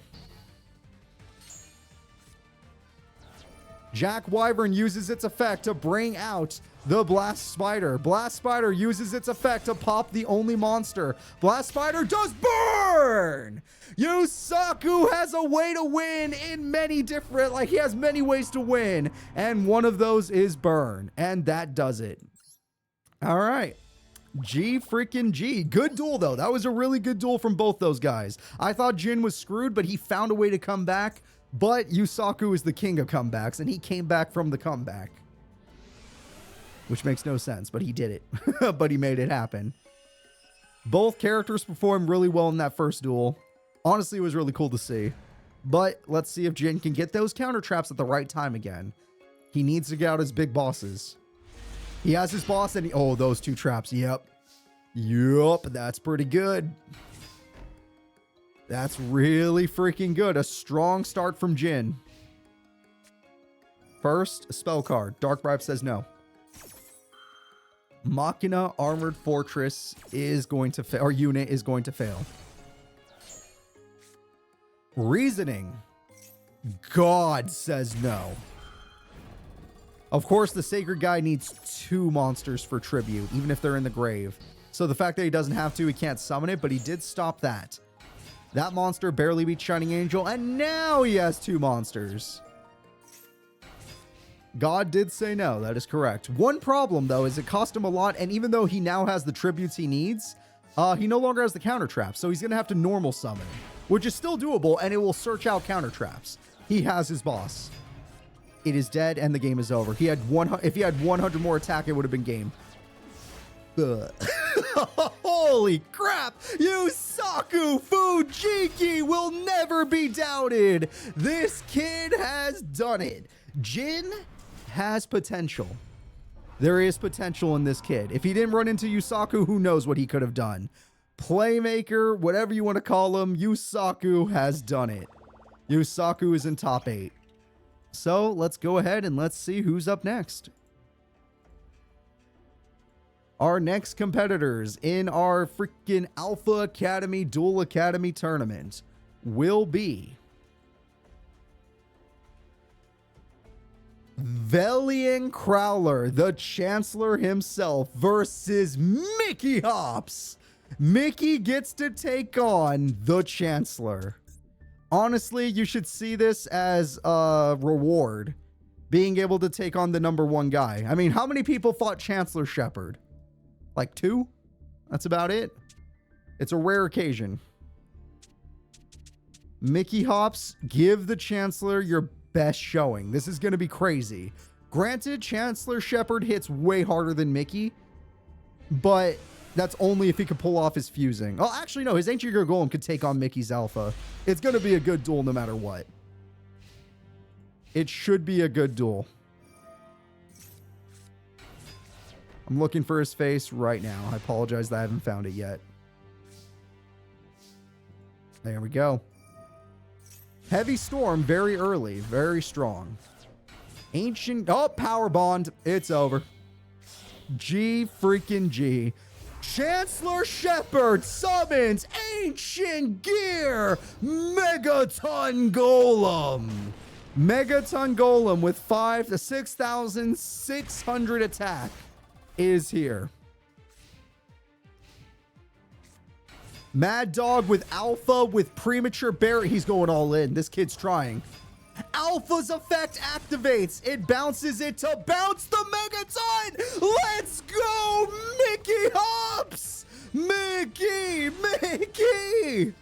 Mickey Hops can do it, everyone. This kid has a chance. The one trap, though.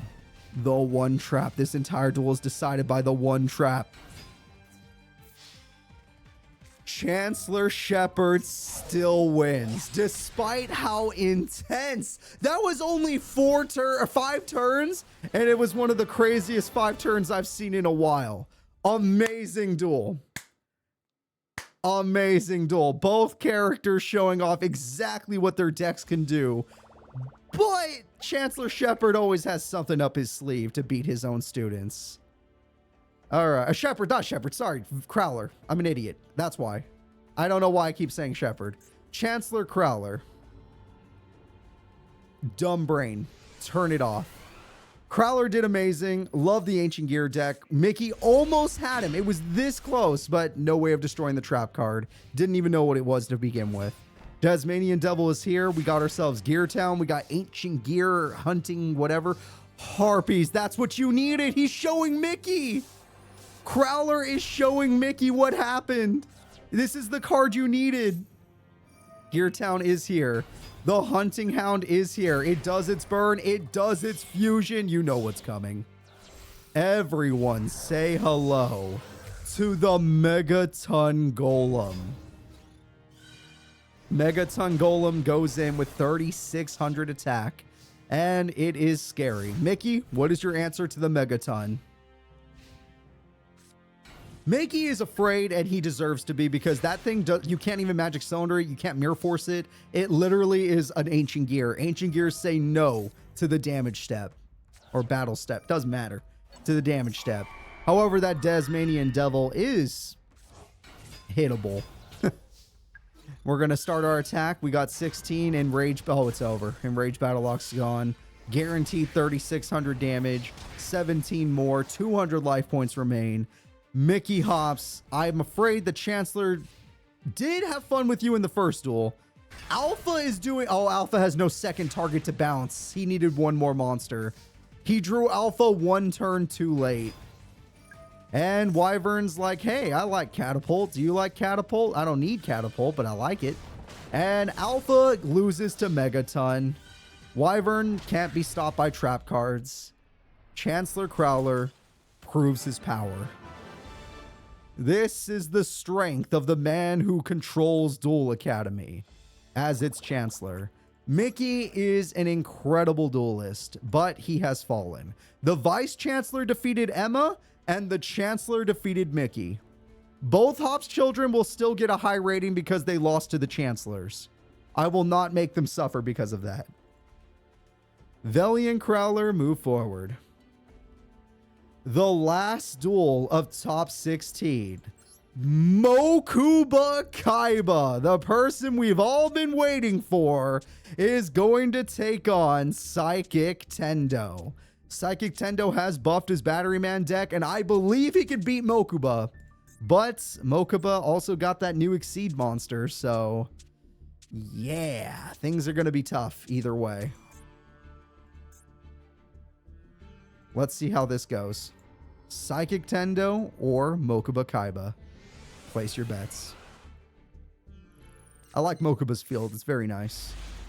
Mokuba Kaiba is ready. Psychic Tendo is ready. Okay. Triple Trap is horrifying, and Mokuba does not have field spell. There it is. I take it back. There it is. Field spell means 2 normal summons. That's 1. That's 2. That monster's effect gets you the actual spell card, but you have no dragons yet. You need to get one real quick. Any dragon will do. That is a very good one. And they're just going to go in. The Battery Man traps apparently can't stop it. That one can, though. It has returned. Inferno! Reckless Summon! Oh, boy! All right, good luck to you. Oh. Well, if that gets rid of a monster, then yeah, you're fine. Damn. Wait, this is still the battle... Wait, this is still the battle phase? I thought it was over. I didn't realize we were still in the battle phase. Mokuba is unstoppable. Mokuba, goddamn Kaiba. What the hell? All of that in the battle phase. Ooh. Okay. Holy cow. Well, we're going to bounce that card right back. Normal summon again. We get... Oh, no, we got a draw card. Harpies is insanely good. Harpies is going to destroy Trap card. Trap card would have brought back the Battery Men that weren't banished if they weren't banished. Reveal spell to show old school boss monster of Mokuba back from the first tournament. And we're just going to tribute summon Starry Night Star Dragon. Let's do a little bit of popping while we're at it.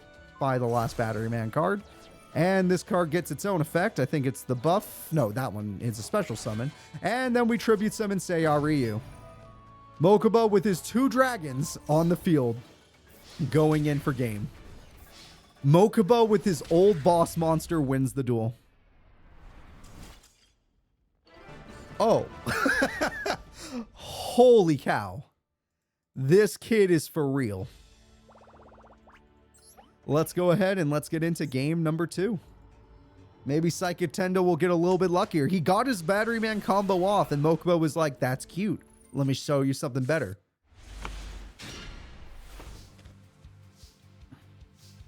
All right, this time he doesn't have his field spell, so nowhere near as many combos. That is a good card, though. That card will help. Although I don't think Psychic Tendo uses Dark Monsters. I might be wrong, but we'll see. Supply Squad comes through. That card's like, hey, very nice. I'll show you my dragon. And Psychic Tendo, realizing he can't beat a dragon, is just going to set. Mokuba Kaiba gets another card. There's the field spell, but there's no extra monster to summon this time around. So we're just getting it to get it. Micro Cell is very good, especially with Supply Squad. That's a nice combo right there. Battery Man Charger would also be really good. There we go. And you get to destroy, I mean, you get to draw another. That's Pot of Greed, basically. This man just got a pot. Great play from Psychic Tendo. The problem is, does a big hand actually save you? Let's find out together. Pot of Greed, it's even bigger. Battery Recharger. Micro Cell is here. Judgment of Thunder. Destroy the dragon. Inferno Reckless. Wait. Oh. Wait, what does that negate? No! He needed all of them to short circuit. He can't short circuit anymore. And it's just back anyway. Oh, wait. He needs one more battery. One more battery and he can short circuit. It's your only hope, sir. Battery charger. There we go. 3 batteries, but he doesn't have short circuit. Great play. I don't want anyone talking crap on Psychic Tendo. That was a great play.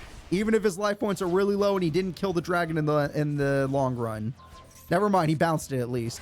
Oh my god. Bring it, Mokuba. Everyone ignore the Raigeki, please.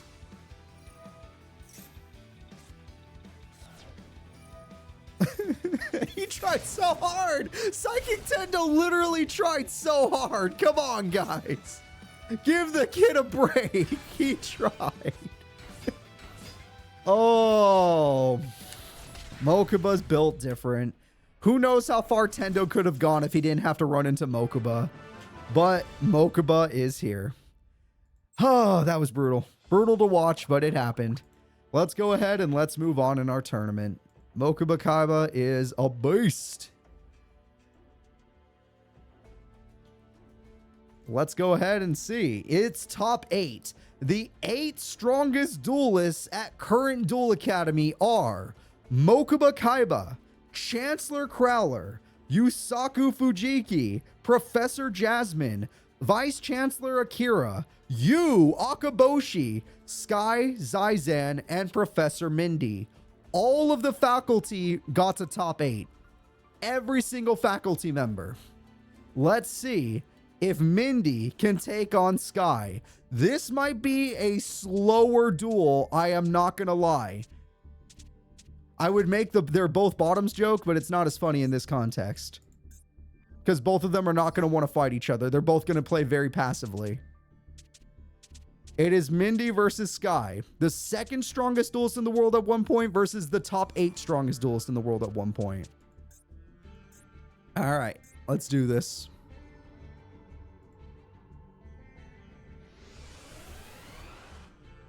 Mindy is ready. I might have got them on the wrong side. I don't know. Sky is ready. Mindy is fighting a tax deck. Sky is fighting a basic burn deck. I mean, there's nothing special, really. It's really hard to tell who's who. I'm going to assume Mindy is this deck. Their decks are extremely similar because they both like the burn cards. I still couldn't tell you. Until we see Toll. The only difference maker would be like Toll. Mindy does not run Toll. All right, Fencing Fire Fairy holds the field. Fencing Fire Fairy holds the field. Oh, yeah, Mindy has an extra deck. That's the only difference. Mindy does use an extra deck. All right, 600 burn is a great start. The ferrets trade, yeah, that's a shame. Says Koala didn't stand a chance, and there's no target for Mindy. Great play by Sky Zizan. All right, and they even have a set after all of that. That's really good. Oh, terrible top deck by Mindy. You never, ever want to draw 2 Nimble Momongas. Don't ever draw 2. It is super gross. All right, Sky, you have this duel in the bag at this point. All you have to do is play defensively and let your Cauldron do the work.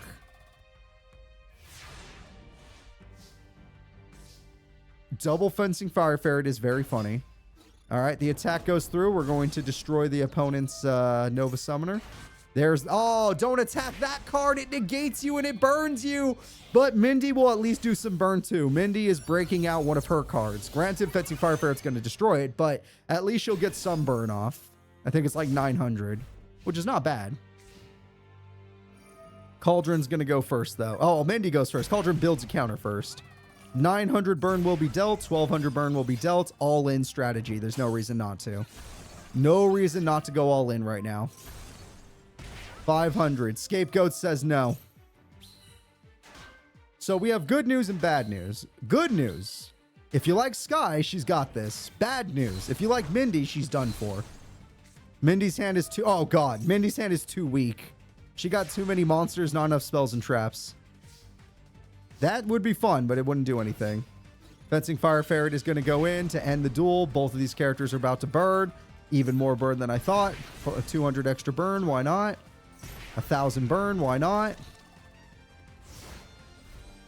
It's not looking good for Mindy. Mindy, let's do 1,500. And there we go. The winner is Sky Zizan. Professor Mindy just got shook. She's like, wait, there's a student that's better at alternate win condition than me? It's crazy.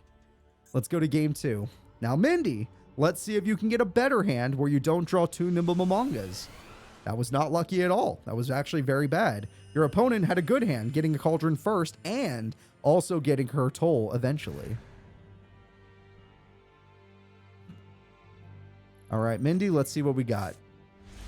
I almost threw up. Oh, that was real. I was actually about to throw up. That was gross. That hand is terrible. That hand is terrible. Gorilla Kite will not do a damn thing. Your opponent at least got a trap card. You did not. That is the worst hand you could ask for as Mindy. 1,400 damage goes through. It's funny when a brick is 5 monsters and not 5 spells and traps. It's the opposite for burn duelists like Mindy. And 2 trap. Her mom lets her have 2 trap holes with spikes. God damn. That is brutal. And double Nova Summoner. 14-14. Might as well.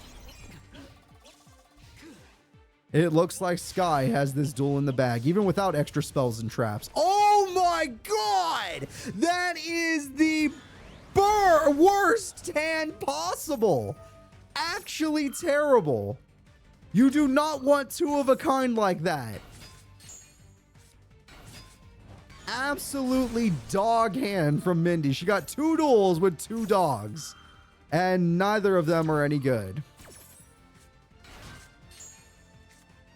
Cannon Soldier is going to burn yourself. Yep, that is the power of Light Law Magician or Medium Magician. Master Duels gaming odds did bad to Mindy. That is true. It destroyed Mindy.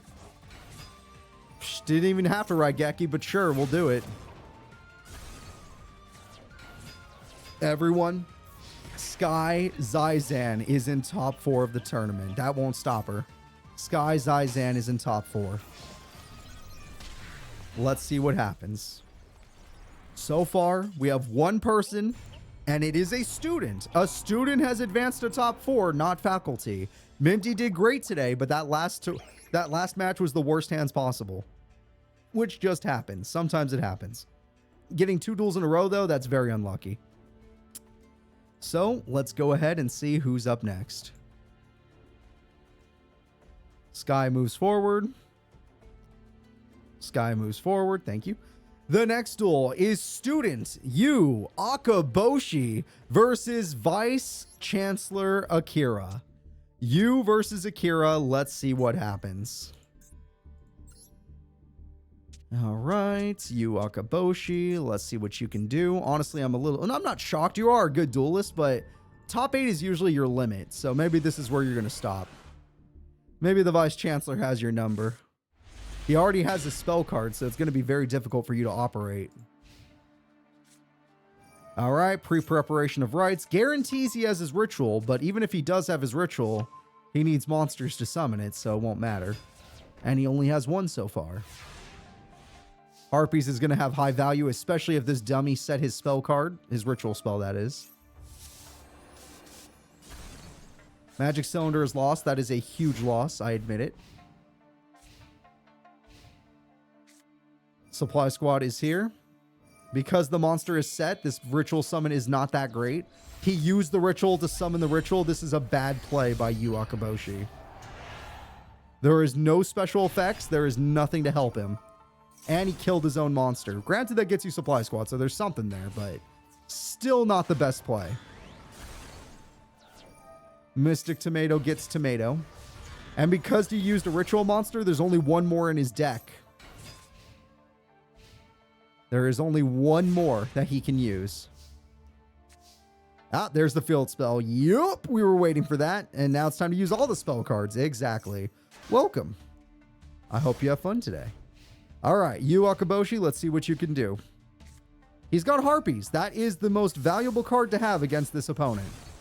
Doing that to this opponent is the best thing you could possibly do. Now you're going to put a card to the top of the deck, which is Tomato. He can't float. Tomato cannot float, and you attacked in the wrong order, but you still got rid of everything. Super bad for this Vice Chancellor here. Akira is in trouble. Akira is forced to draw Mystic Tomato. He lost all of his spells. Wait, this card has an effect, thank God. He's fine. Well, no, he doesn't have a monster still. You still don't have a monster. So until you get one, those spells are kind of just sitting there. All right, attack goes through. Tomato is done. Attack goes through. And 2,600. Yup! You need to draw any Tendo monsters, and that's basically your whole deck. All right, field spell is here, but that one's level 5. I could see its level from here. That one's level 5. Dang. That's unlucky. That happened to be the level 5 one. Yu Akoboshi takes game number 1. Vice Chancellor has lost a game before, and he ended up winning anyway. Emma Hops is proof of that. So I think he's fine. It was just an unlucky top deck. Let's go ahead and let's get into game 2. And let's see if Yu Akoboshi will be make a bad ritual summon again or a good one. We'll find out.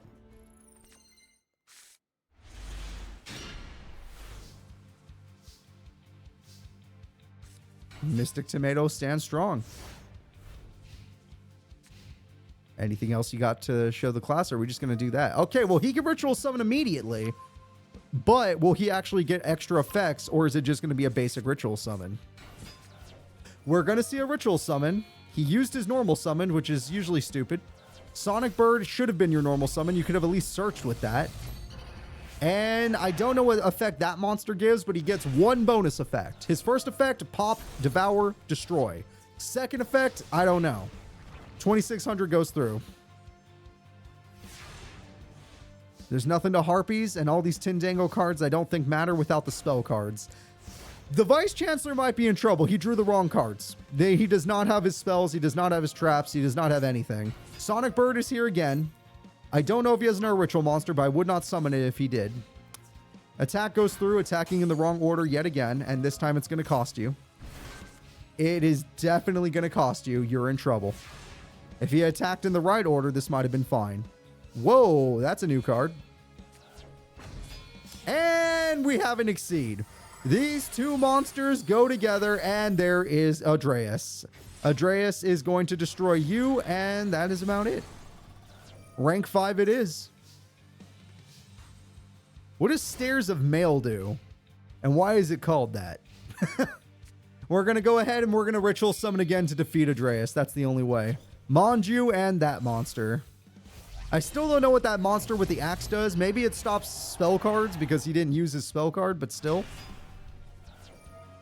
We're going to destroy 2 monsters. That's 2,700 attack. And you get a supply squad. And you get premature. Oh, no. Oh, damn. You do not have any life points to play with. All right. 0 monsters, 0 life points. Make it happen. Harpies has value. Your opponent misplaying is your only chance, Vice Chancellor, if he attacks with the weak monster first, which the AI always seems to do, which is stupid. If he attacks with the weak monster... Oh, he doesn't even have any other ones. You are forced to draw the same card again, but it has an effect at least. You have your boss. Good news, you have your boss. How do you summon it, though? Bad news, you're not doing it. All right, does he draw a monster this turn? Pre-preparations. Summoning the Ganondorf doesn't work in this case. It is not a good idea to summon Ganondorf, not when your opponent is face down. He agrees with me. He's bricked. You being bricked is the only reason this man is still in the duel.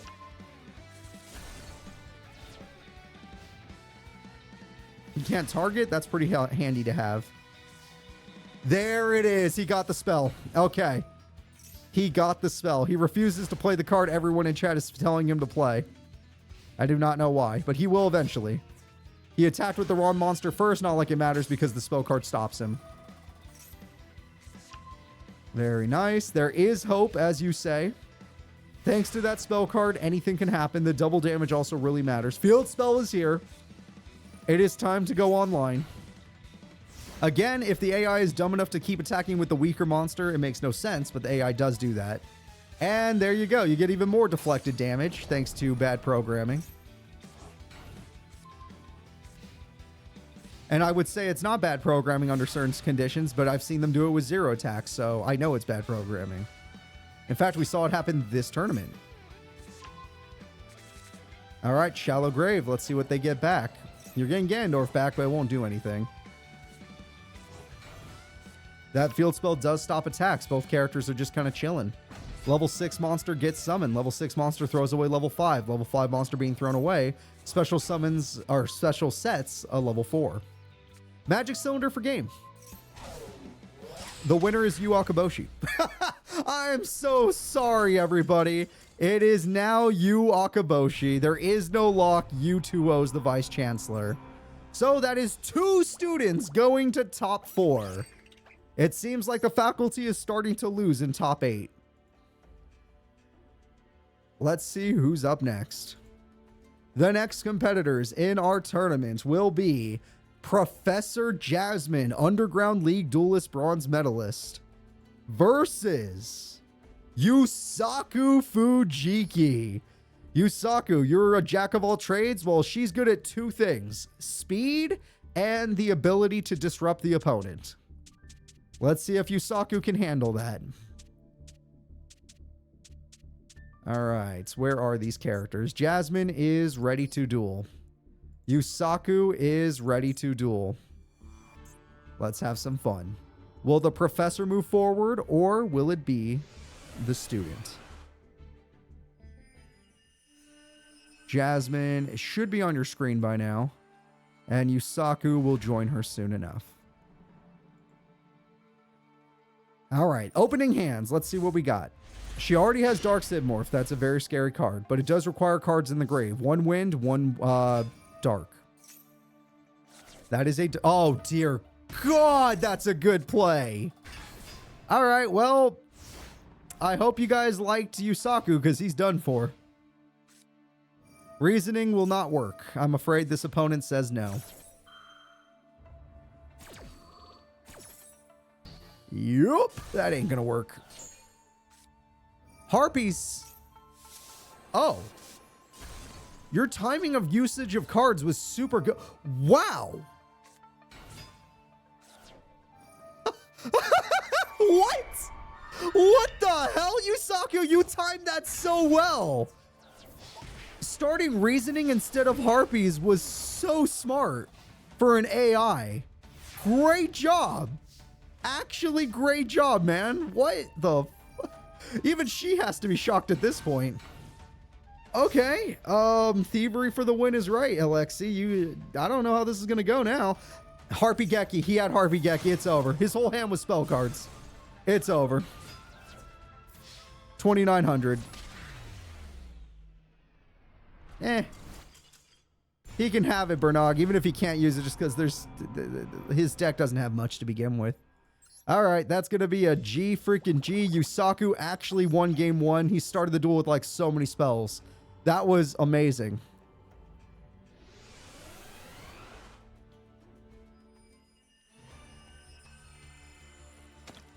This kid just showed up the professor in like 3 turns.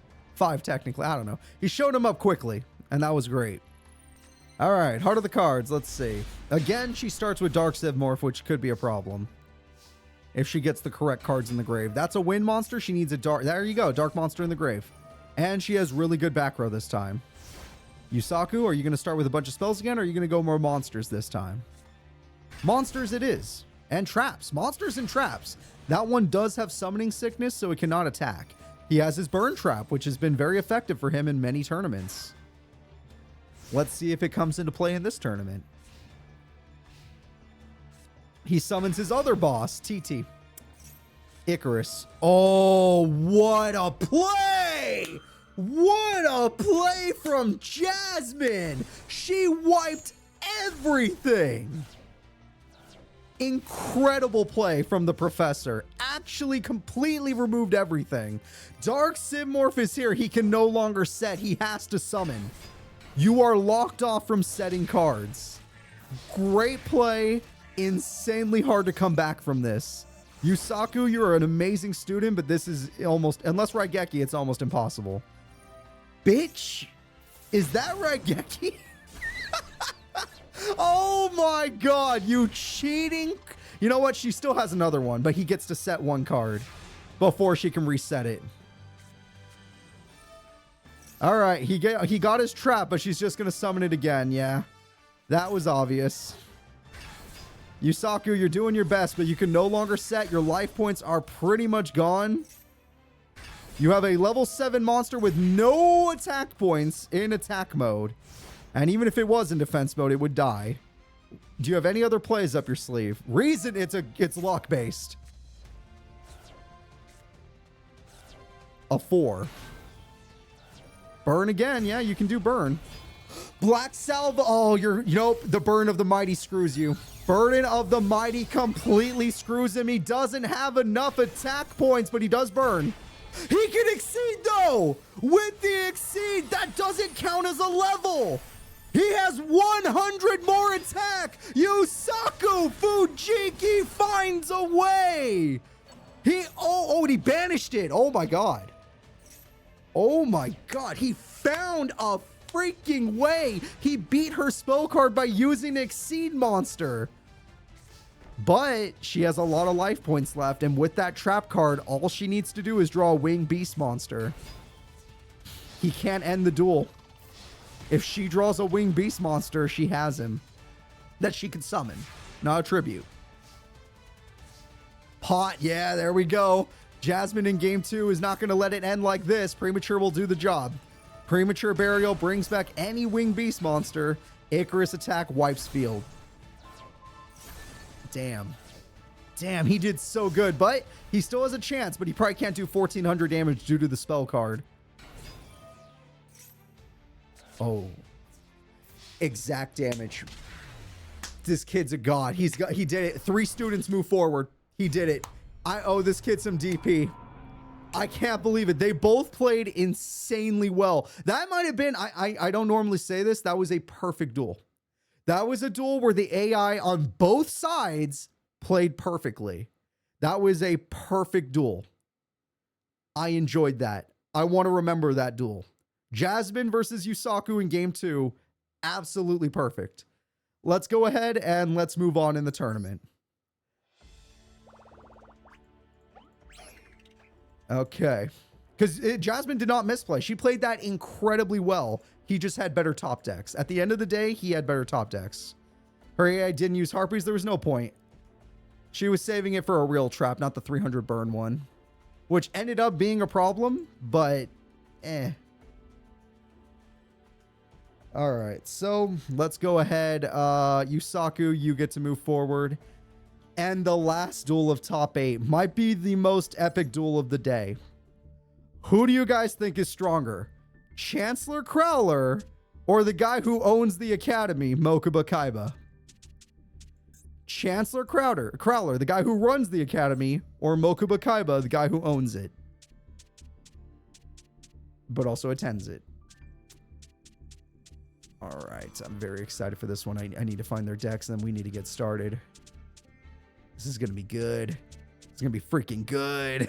I can feel it. All right, here we go. Let's do this. Crowler has the power advantage. Mokuba has the disruption speed advantage. That is my saying on this duel. Mokuba is ready. Crowler is ready. Let's see how the duel's going. Mokuba already has a good hand. That is already a good hand, because if Crowler activates anything, he gets Starry Night, Starry Dragon. Oh. Well, that was unlucky. Oh.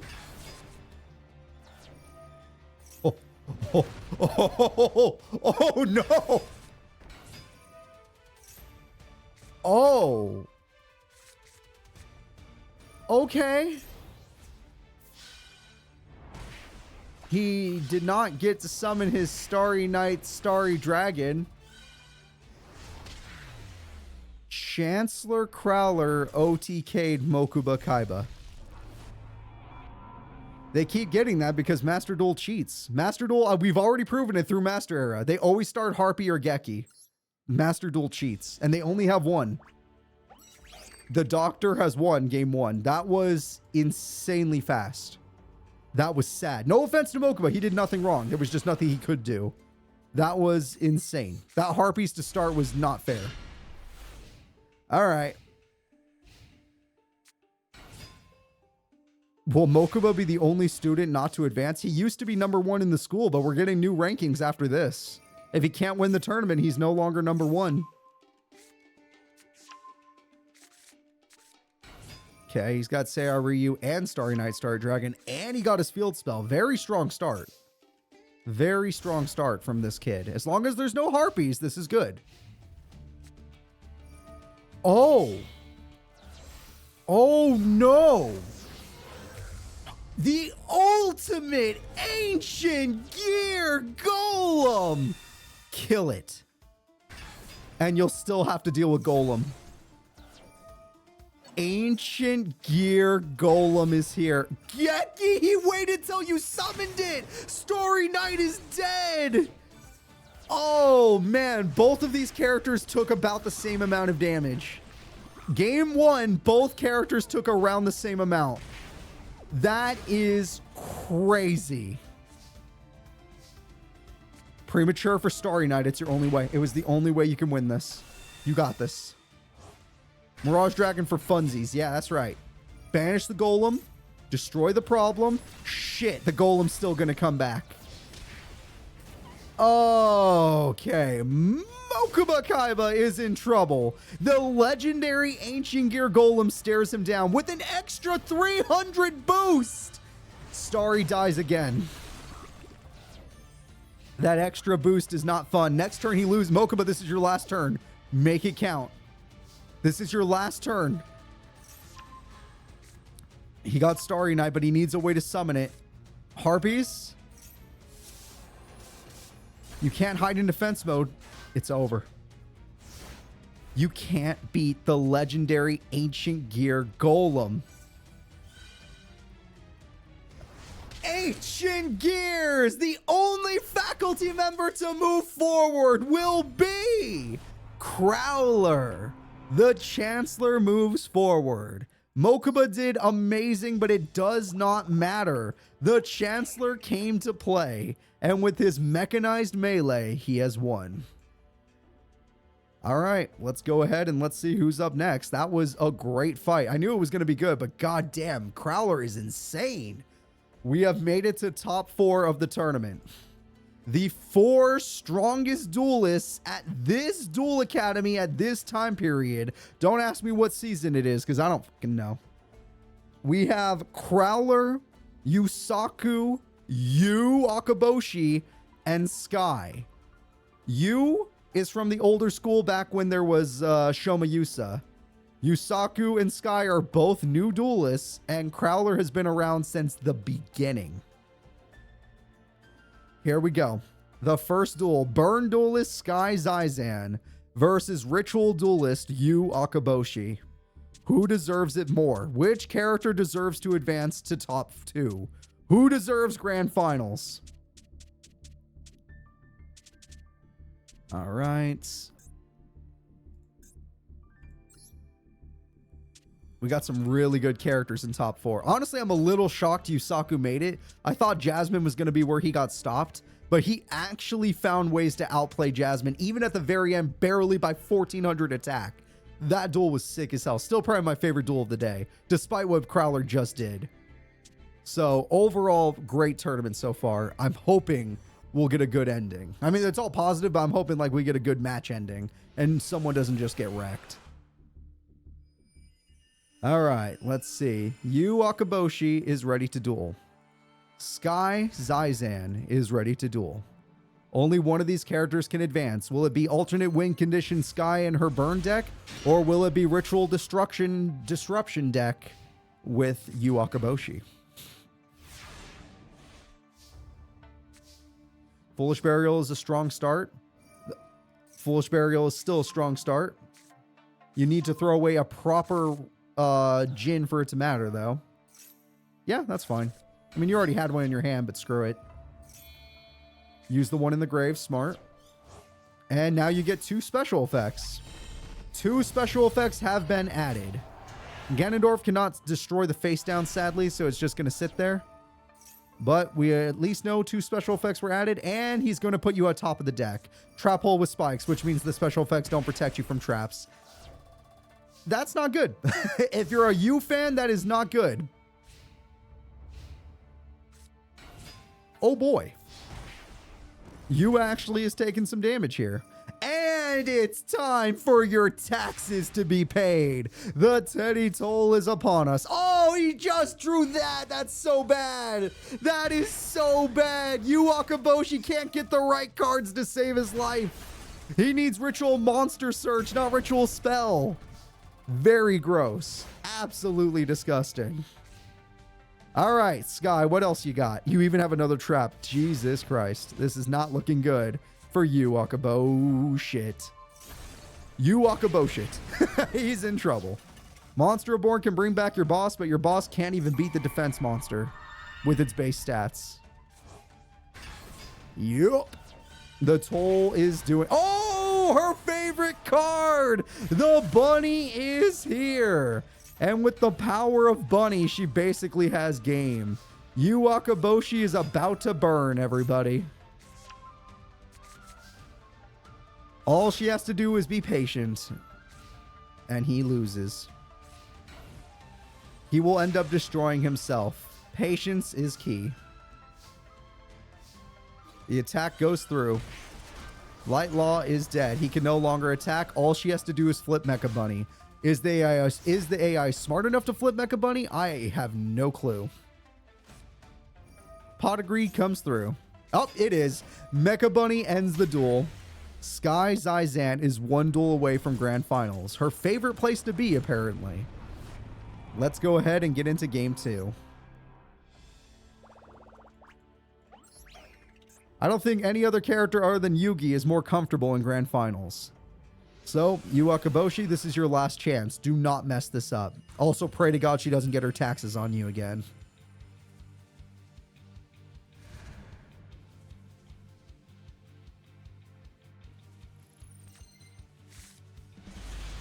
And Shoma. Good point. And Shoma. And High Priest Seto. By High Priest Seto, you could just say wins. Some of them have actually just gotten second place.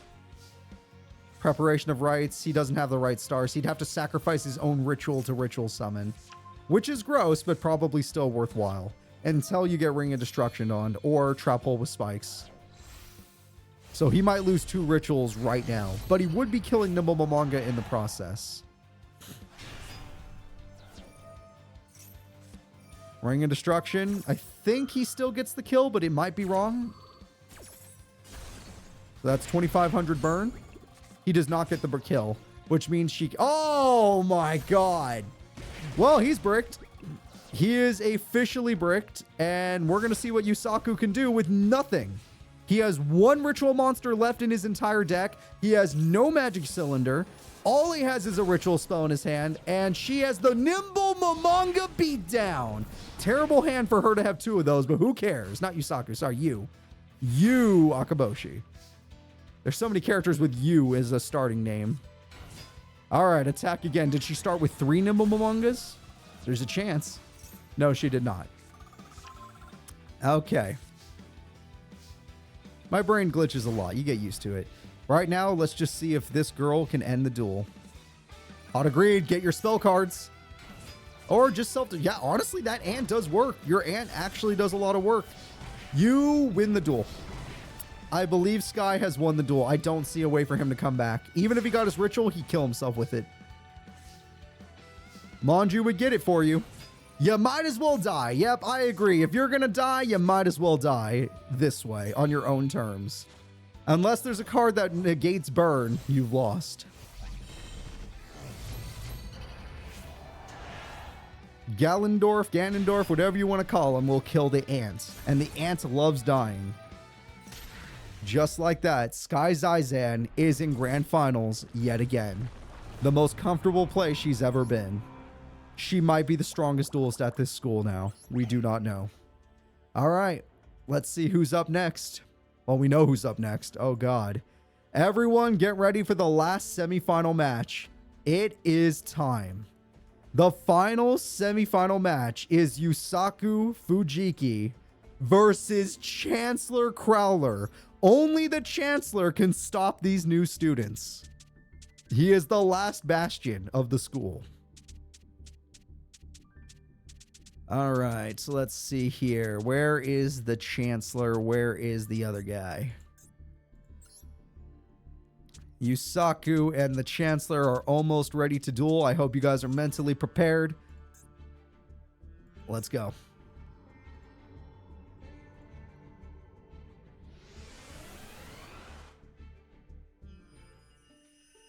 All right. I'm looking for their faces as we speak, but they both have names that are very late. Looks like Crowler is ready. Yusaku is ready. Both characters have taken the field. Loser of this gets to enjoy the bronze place breather match. Winner of this goes all the way to the stressful as hell grand finals. Maybe Dr. Kogami was right. Maybe torturing the kids taught them something, because they're damn good duelists. They're very good at Yu-Gi-Oh! Well, that hand could be good. That could get you an Ancient Gear Reactor or Golem. Your call. And there goes your monster. I could have swore Sky won a tournament before. I guess not in this form, but, you know, in her avatar body. We're going to go ahead and get a Synchro Summon.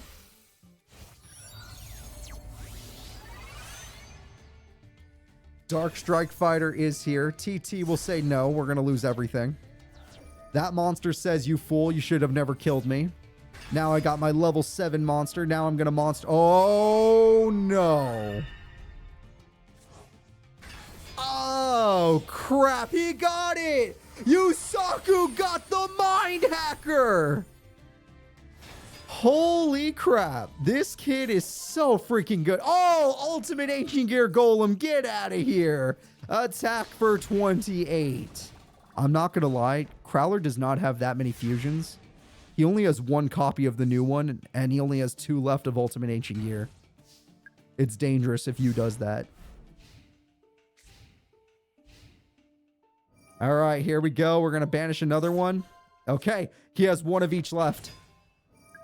We got ourselves another summon. With this, we become a tuner monster. With this effect, we get another monster out. Why not? Oh, that depends. Do you count Playmaker's second place in Virtual Kingdom as Yusaku's score as well? That's a tough call. Either way, Yusaku just beat Chancellor Crowler in game 1. Jesus Christ, this kid's good. This kid's damn good. I gotta give him credit. Holy crap. Holy cow. I am super excited by this. We are going to game 2. This could be it. Will the new students, Playmaker and Blue Angel, Yusaku and Sky, will they be the #1 duelists at this school? Yeah, it is a confusing thing because technically... Well, how about this? Do you count Nash and Shark as the same person? Because that's basically the same thing. It's basically the same thing. So if you count them as the same person, then yeah, count the avatar as the same person as the human. So yeah, same thing. All right, let's see what Yusaku can do. The opponent has Raigeki this time, so it might be a little bit rougher on the kid. The kid is going in. Okay. He sacrifices Fusilar Dragon to summon the Heavy Metal Labyrinth Tank, and that tank's going to get to attack directly. 2,400 damage dealt to Crowler, but Crowler's about to hit him really hard. Jaden and Supreme King are very different given that their decks are different. All right, we got 2 Ancient Gear Golems now. Geki opens up the field. That is 6,500 damage showing. Oh, wait, no, it's going to be nerfed a little bit. It is 6,200 damage showing. He almost ended Yusaku in 1 turn. Yusaku, you have 1 turn left. You have to make a play. What will your final play be? He's trying something. He throws away a card. By doing so, he gets to summon tokens on both sides of the field. After doing that, his monster activates its effect to summon another monster. They are going in for battle. They clear up the opponent's field. No! Level 9 Synchro Summon! Everyone say hello to Field Marshal. It's not strong enough. The legendary Ancient Gear Golem is bigger. The legendary Golem is bigger. No, Supreme King and Jaden can be considered different. Or else why would there be 3 spirits inside 1 body? Yeah.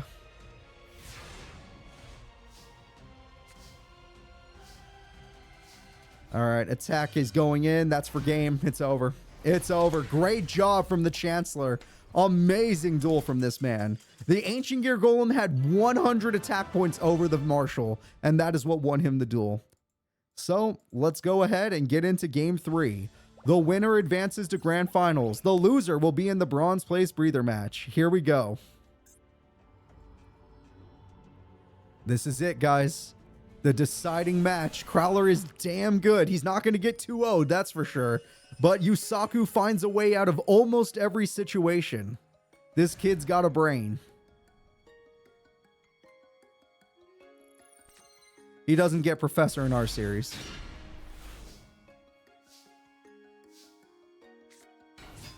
He got 2 of those spirits.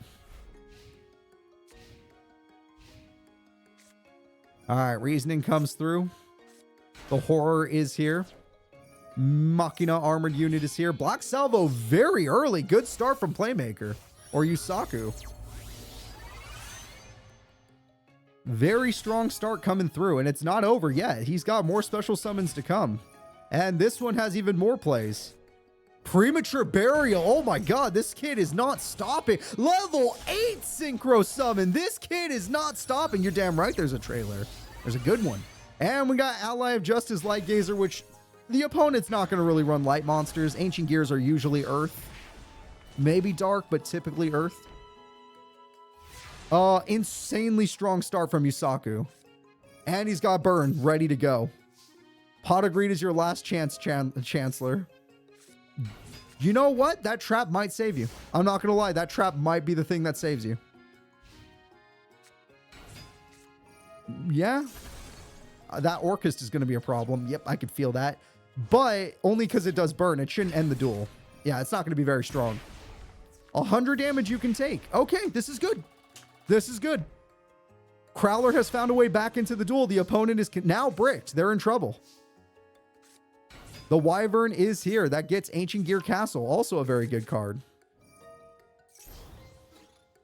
The attack goes through. Magic Cylinder works on this monster. Okay, Crowler's life points are critical in game 3, but the opponent is bricked. Critical life points versus bricked opponent. Yusaku has to top deck. Jack Wyvern is on field. Orcus throws itself away to summon another monster. The burn begins, and he special summons. It's an Exceed monster. It's gonna be the Mind Hacker. The Mind Hacker comes through. It's time to start the banishing game. Goodbye. And this monster has its own effect, and its effect says, hey, look at me. I get more attack points. And now the damage is in. Game-winning attack. Yusaku defeats the Chancellor. Crowler has fallen. New students will be in control of Duel Academy when it comes to who's the top duelist. Before we get to that, though, it is time for the Bronze Place Breather match, which means Yusaku needs to leave the screen. Crowler can stay. Let's go look for the right deck. So you are going to be taking on akoboshi. Akoboshi versus Crowler. You gave Crowler a lot of trouble back in the day. Let's see how it goes. And this is just a build up for the grand finals, which is going to be good. Okay, here we go. Both of these duelists are ready to fight. It is Valiant Crowler versus akoboshi. This is for bronze medal.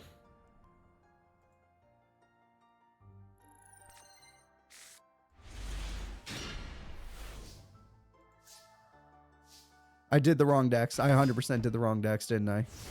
God damn it, Cooper. God freaking damn it. Ignore this duel. This one didn't. Just ignore it. I flipped up the decks. I changed Crowler's deck instead of the other one because I'm dumb. All right. Great job, me. Great job, me. Let's go find Crowler. He's right here. Simple. And then let's go find akoboshi. Boop. Simple. Look at that. We're ready to go. I apologize for that. I am just stalling because I want grand finals to be more of a build-up.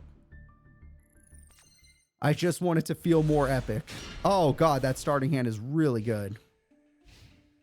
Crowler looks super scary right now. You at least has Ganondorf guaranteed. That's always nice. If he drew Powerbomb, this duel would be over. Oh, that's not good. He can actually fuse something better now. Yeah, that's really dangerous. It's Ultimate Ancient Gear Golem. And the Ultimate Ancient Gear goes in, and that's just insane. That's just an insane start. Oh, my head, that hurts. So much power. Supply Squad is here. And we got this. And that's pretty good.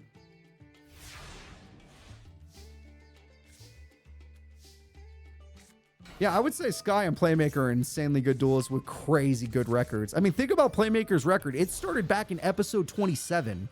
We're in episode 84. In episode 27, he got second place only to Duel Master K. However, Crowler, that hand was too strong for you. Do not blame you on that one. Crowler's hand was insane. Good duel. Overall, Crowler wins that one. Let's go ahead and get into game number 3. Or game 2, sorry. Yeah, let's get into this. Yeah, we do need to get a sound effect for when I take mental damage. That would be a good idea. I think that is a very good idea. Crowler's hand is nowhere near as good this time. He has Harpy Geki because this is Master Duel. And in Master Duel, you always start with Harpy, Geki, or both. And there's proof for those of you. This should be Tournament 84. Yeah, this is Tournament 84.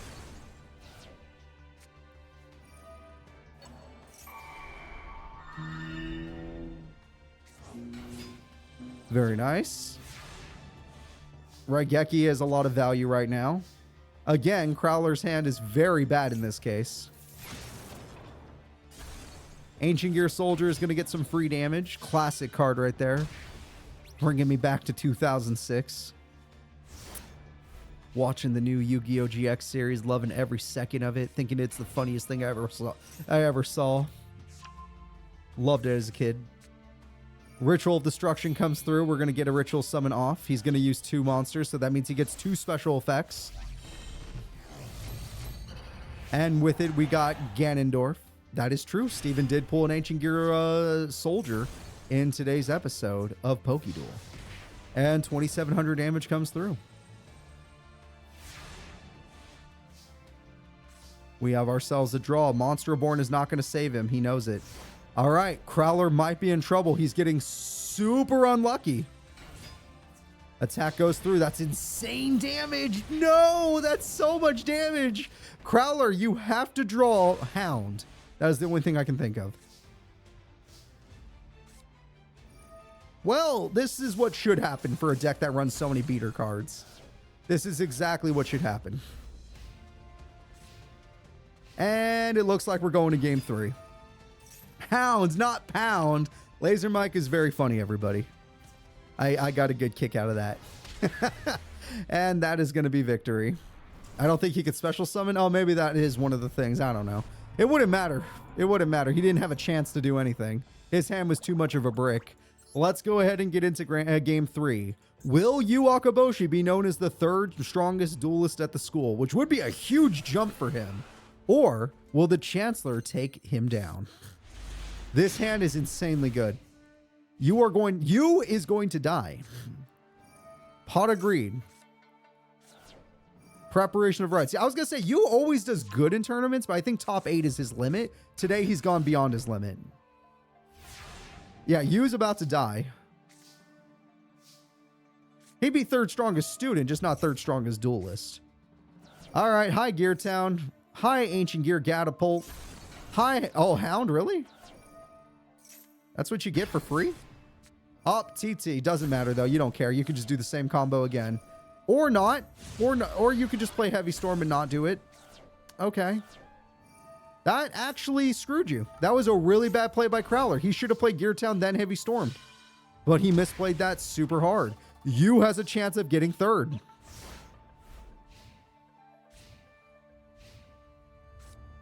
He can get it. He has Ganondorf. He has Ganondorf. Let's see what special effects he gets, though. We don't know. What kind of effects will Ganondorf receive? All right, here we go. With this, he gets 2 effects. He gets to pop the soldier for free 99. And that's 2,600 direct damage. Unless Hunting Hound somehow gets out a bunch of other cards. Or if he draws Golem. If he draws Golem, he's fine. That is an interesting idea, too. All right. TT opens this up. Supply Squad will fix this if he gets TT. Oh, he's not going to even... You're going to make him draw Hunting Hound next turn to slow him down. Funny.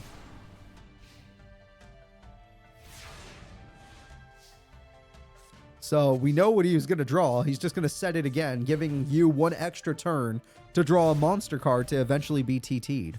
Oh yeah, there's a trailer. And we're going to summon a monster again. That's going to turn into a trap.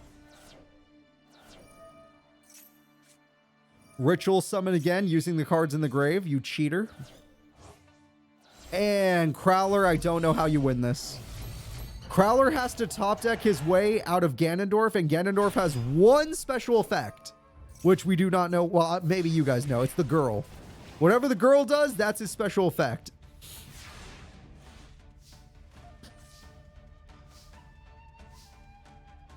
He needs Golem. What about Castle? He gets Castle.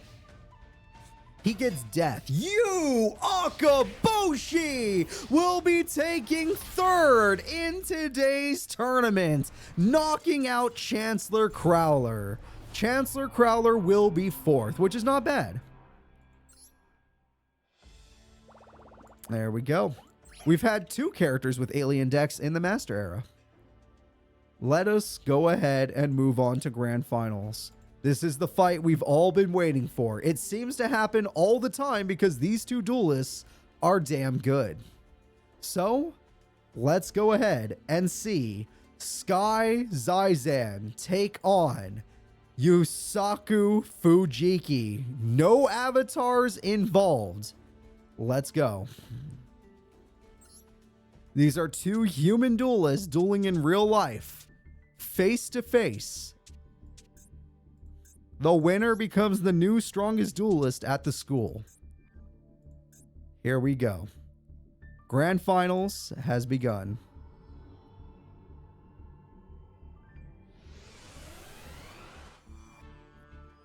Yusaku Fujiki is ready. Sky Zizan is ready. Sky is the most tactical duelist here, and she is incredible at it.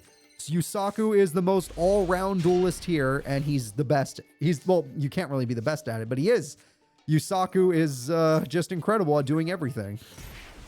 Yusaku has to pay taxes immediately. She has the best starting hand. That is the best starting hand possible. She couldn't be happier. Machina Armored Unit might help. Fusilier Dragon is here. Fusilier Dragon is sacrificing itself in order to special summon an even stronger monster. It's the tank, and the tank pays life points to die. Yusaku gets outplayed. Monster Reborn to try and bring it back. His boss is on the field. He paid for it. His boss is on the field. Oh, he lost 3 traps. That's brutal.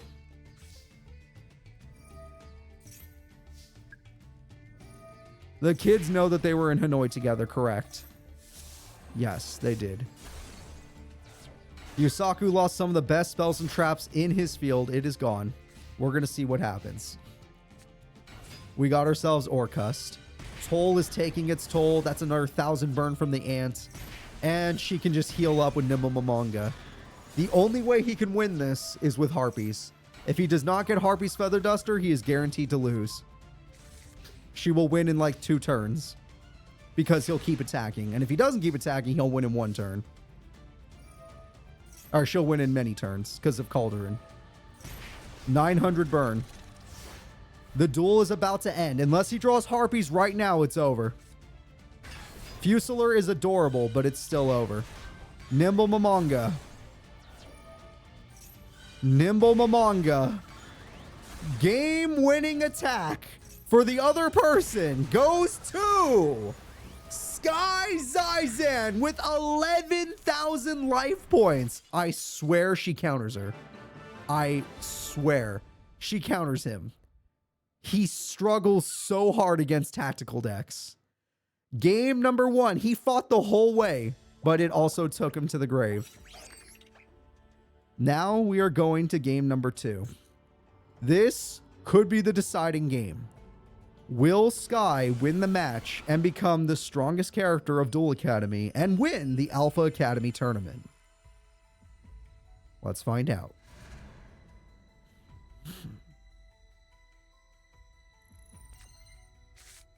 No toll this time, but her traps are god tier. Those traps are absolutely god tier. And she can Harpies him again to get rid of all of his support. Mystic Tomato early. Nice. Machina Armored Unit. Sure. Orcust guy. Sure.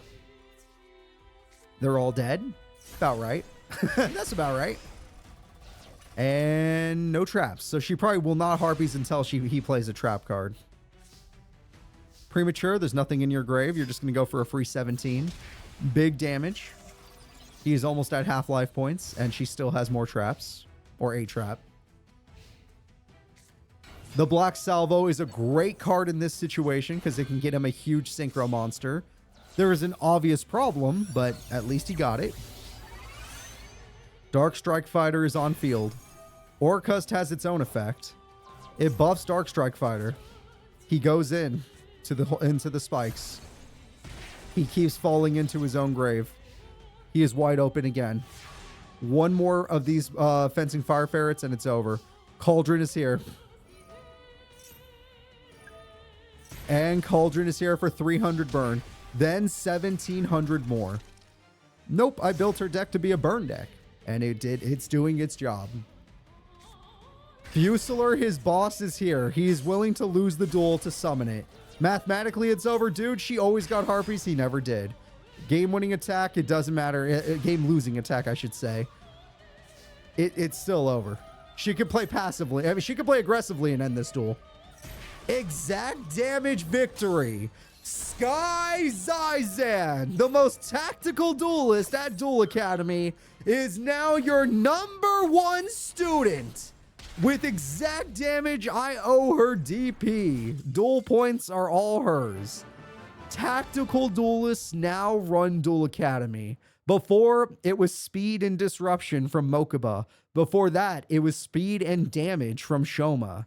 But now, it is all about tactics. The tactical decks run the school. Not bad at all. Oh, she's definitely Mindy's favorite student, by far. By far. Yusaku once again getting a silver medal. How many silver medals will this kid have to obtain? I swear he has a shit ton.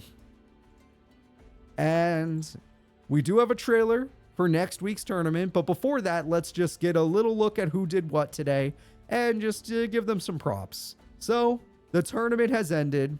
The #1 duelist at Duel Academy is Sky Zizan.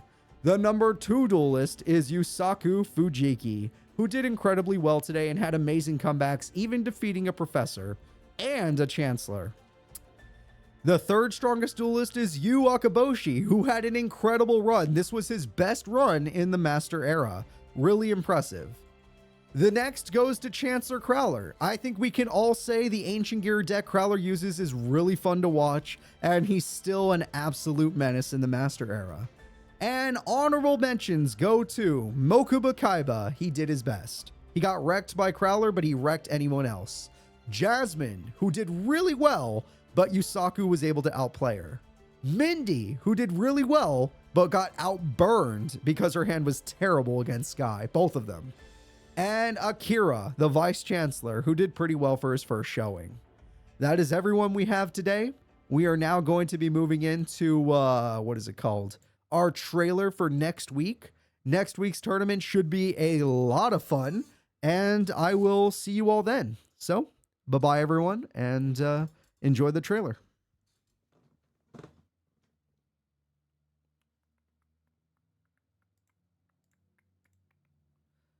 It's almost there. Sorry, I have to find it. It's in here somewhere.